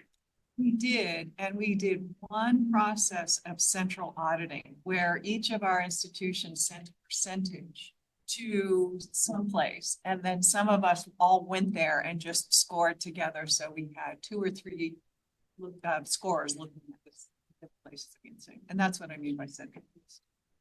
So Leah, did you go first? Yeah, it's actually on this topic. So one of the things I asked Tori was, with the pact, did it cost anything? And she said no. And so when we're thinking about the second to last bullet point where it says scoring, right, including like if it's local scoring, I think I would put the question out there of cost. Because again, I'm bringing it back to the candidates, right? And like it seems that the shift that happened from PAC over to the TPAs, the burden for a lot of reasons falls on the candidates. They have to pay. They're the ones that are penalized with these codes. They're the ones that are having to resubmit, no longer in the program. So I would say with the idea of local scoring, cost as well, or the financial burden. Thank you, Talia. Alicia? I wanted to swing back to Kathy when you, I'm gonna try to remember, you mentioned about it being on the, what were we talking about, being on the programs versus, oh gosh. You mean the data? You mean You were talking about it in the program and through the lens of like program improvement. Right. And I was gonna say, the thing is it's like I was thinking about it equally as much in terms of the candidates, so it's like, when you know the context, it's like it's not just, I mean, you're, from your, our, that's the lens of, of course, it's like the program lens, but it's like, when you know the context, it's like you've got the benefit is them, so it's like, you can see the nuance of context, what they're trying to communicate, like you have the insider versus outsider perspective, and you can see like the, with their, all those little details. So even if not static or the the benefit. Oh, yeah. Yeah, you make that things will be visible to the scorer that wouldn't necessarily be visible. There's that. Like with local scoring, because the other thing is that you could have, there could be a situation where a portion of the thing of the TPA could be locally scored, or maybe you say, okay, 5%. You create a situation where 5% of your candidate submissions are scored by your faculty. You know what I'm saying? Or you could say, okay, we're equity and, diversity driven, and it's really important to understand the classroom context. We teach a lot about that. So if it's an ed TPA, you have them teach task 1 or something, you know what I mean? So again, I guess going back to like what Tina was saying is what's the purpose, right, of the local scoring? What do you want the local scoring to accomplish? And then I think that determines where that could be or how good. Vanessa and then Shayna. And then we're gonna get back to our triads real quick. I was just trying to connect what Ben was saying with what Tina was saying in terms of local scoring and PACT and how PACT was solely local scoring, and maybe we can include some of the language that was used for PACT in terms of local scoring into figuring out a way that county offices of ed can kind of take ownership of that since it's within their context and we could pull a percentage, kind of what Kathy just said, a percentage of the tests, then go to the county of ed for the local scoring as opposed to the institutions. If we're trying to move towards data transparency, I'm worried about institutions grading their own. And so if we move to local scoring through county offices of ed, that could kind of alleviate that and allow for data transparency to be more accurate. Shayna. I had a question. You mentioned that you didn't anticipate scoring going away. And so I'm just wondering if we have a sense, I have some guesses, but I wonder if we have a sense of why programs just opted out that way. And then also if there were any associated differences in program quality because they did opt out. And I'm asking that question because we're sort of assuming that local scoring has to happen in order to do the things that we want to do. But if there's no programmatic differences that occurred when people, between the time that people locally scored and they didn't, then I don't know if that conversation or that assumption in the conversation is true.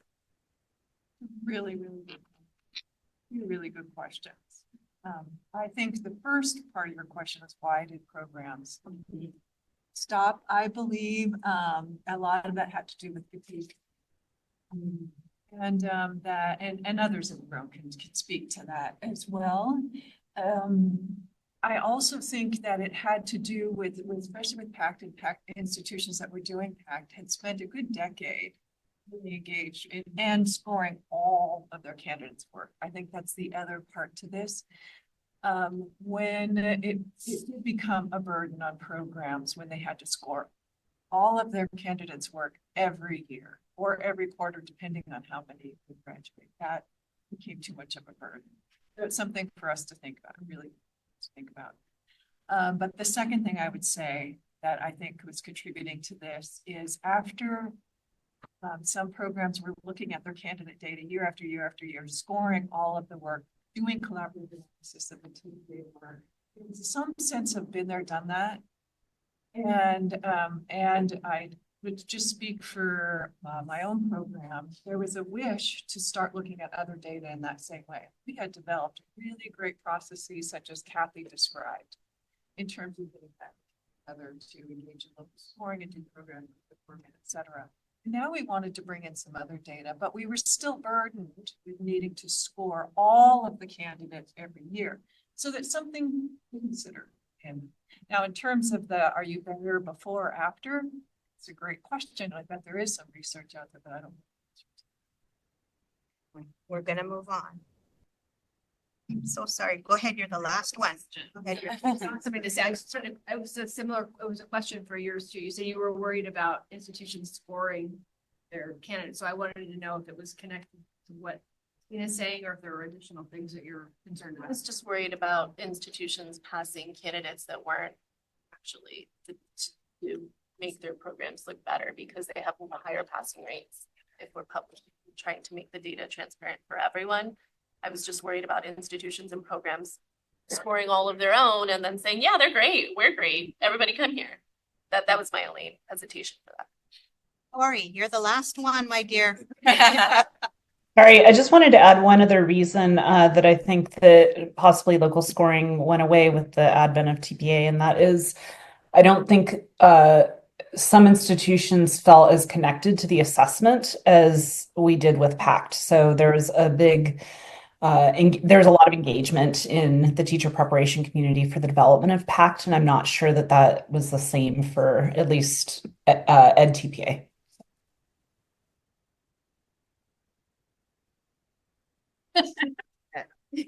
Trying to add such a good point, which I think we have to think about in revising the assessment itself. The localization of the tasks, and there was some flexibility in how we used the tasks and created the tasks with PACT was huge.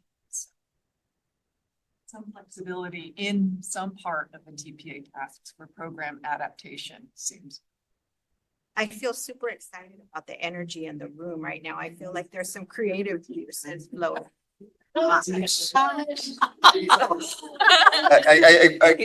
I'm just thinking with all this stuff that you're talking about, we have like an expert with local scoring and how to Vanessa's point, how to keep them from pumping out people just to make their program look good. And she's sitting right there typing furiously. Maybe she can later on explain to us how they make so that are there great? I'm sure you have great teachers. Like why are they great? How did you make sure they're great? How do you keep controlling people so they're not pushing out teachers that are not? How do you deal with all of the local scoring so there isn't fatigue and stuff like that? That was really fast. So that was For next time. Yes, next time. And so with that, we're going to take the next 7 minutes. So go back to that slide. So when I look at this slide, I see some competing ideas. So I want us to work in our teams to try to marry those ideas, because some of you said local scoring is geographic. And then this other idea started to percolate. Well, maybe it could be something different. So what I want to do is I want us to work to reconcile those differences in the next 7 minutes. Go ahead. I think we have to go back to why. We have to. Okay, so then let's do that. To really drive that. Let's talk about the why. Then why is it important to engage in local scoring? And some of these recommendations say different reasons. So I think, so I guess question to the work group is, what would be the primary reason you think local scoring is important? For me, it's not really about the scoring. For me, it's about the collaboration, doing the human work AI can't do for us. Well, for me, it's about, improving the program and improving candidate outcomes. And I don't need to locally score for that. I can do that through collaborative work and examining submissions. For me, it's about a better experience for the candidates, having someone who's scoring that I know, that I trust, who can give me feedback that's more comprehensive than a rubric score.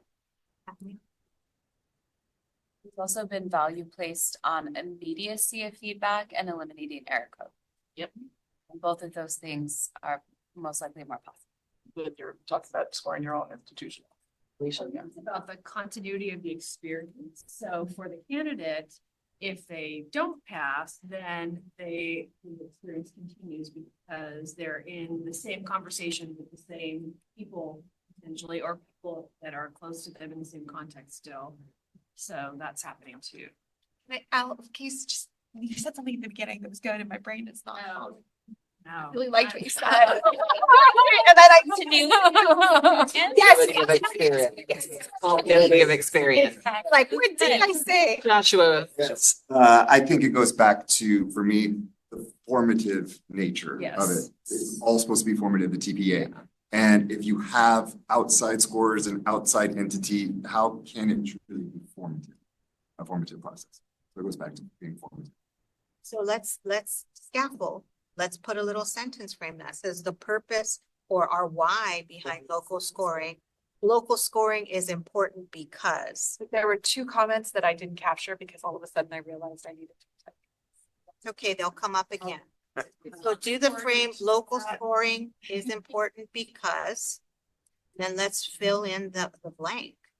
See what are truly, why is it important? There's a couple of reasons. I mean, I hear everybody saying, to make it more formative, to make the experience better for the candidate, because in order for that immediate and more formative feedback loop to happen, it needs to be quickly done, which means You know, it's easier to do that if you're scoring your own. That was one reason. Let Juliet get caught up with us real quick.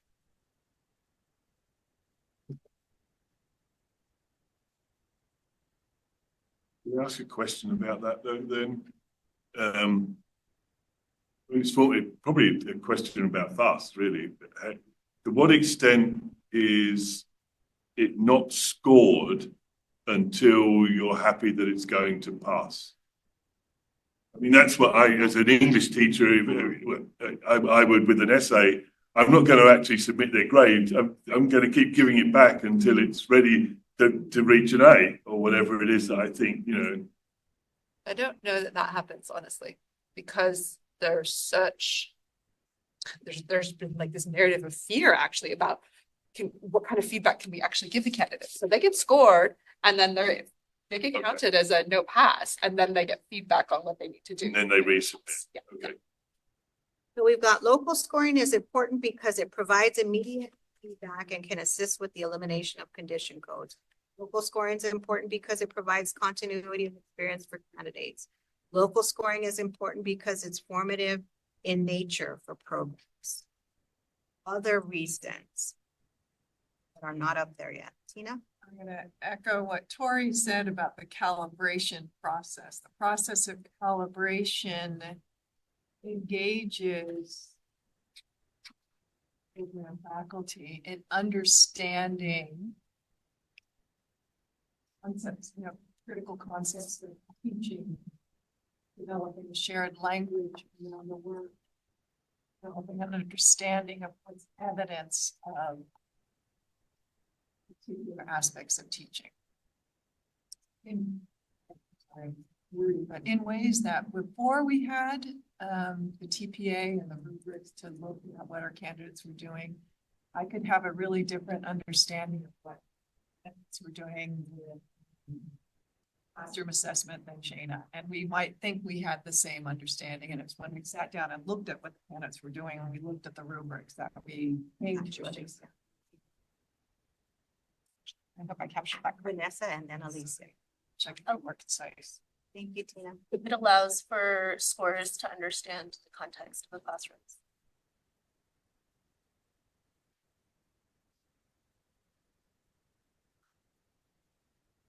Just so she referenced that. I'm good. Can I add environments to the context and environments? Context and Is that okay? environment. Classroom environment, context, whatever, just not only the context of where you're at, just environment in that school culture or whatever, so. Thank you. I'm just gonna add something similar to that. I was just gonna say it allows that to be responsive to the context. So like it allows the possibility of being responsive to the context because there's a knowledge of the context. Maybe change. So context to there's and with an S on the end of it. So it's all of these contexts, right?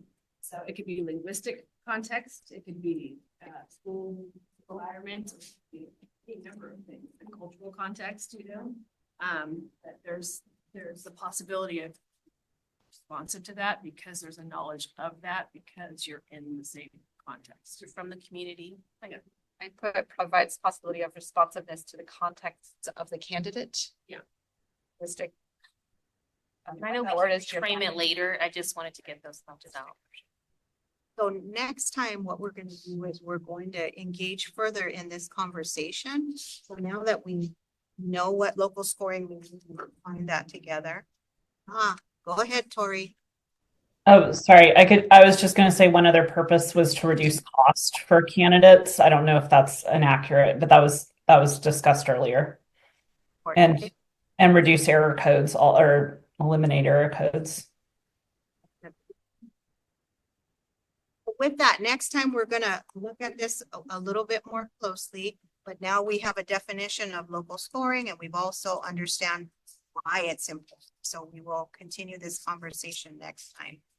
So with that, are there any public comments on this item?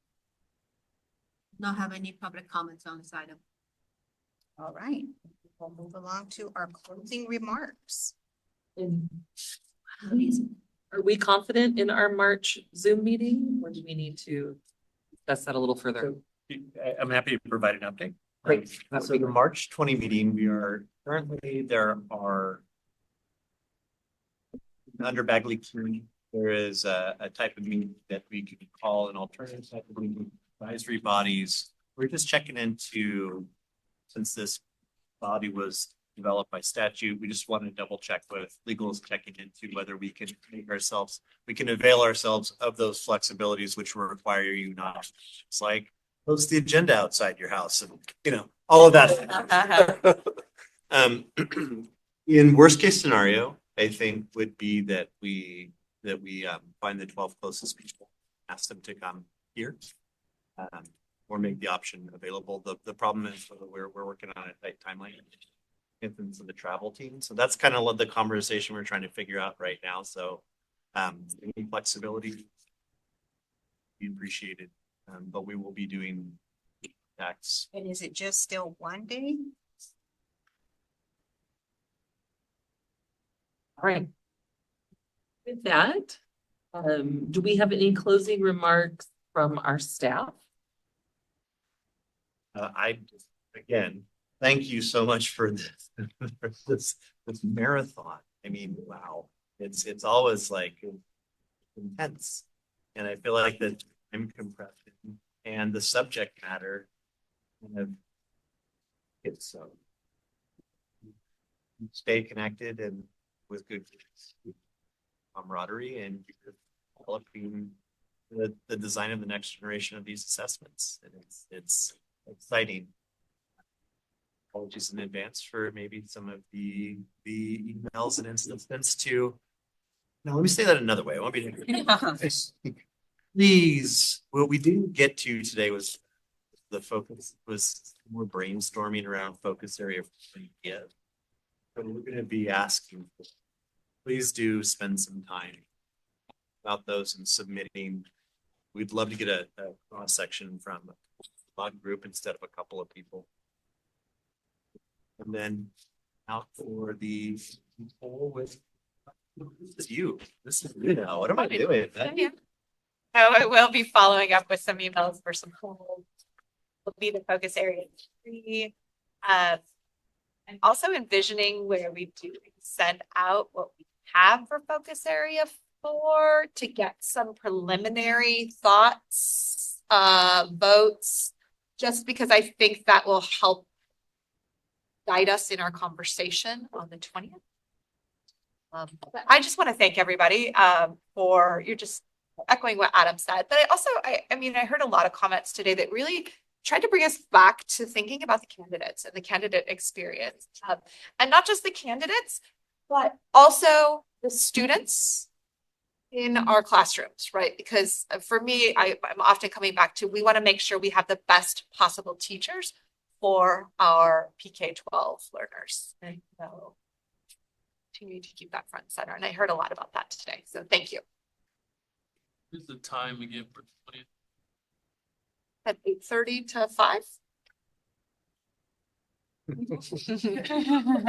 That gonna be fun? Director Sandy, did you have any closing comments? You're on mute.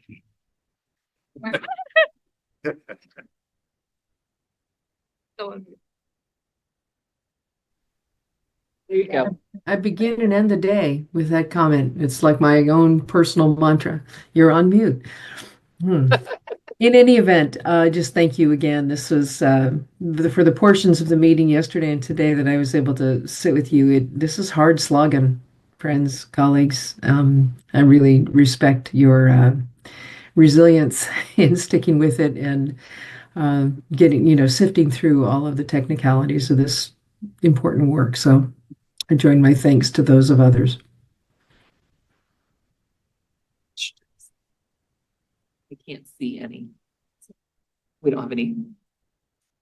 All right. With that, at 3 o'clock on the dot, we now adjourn the February 2025 RDI TPA work group. The next meeting is on March 20th, 2025. See you then.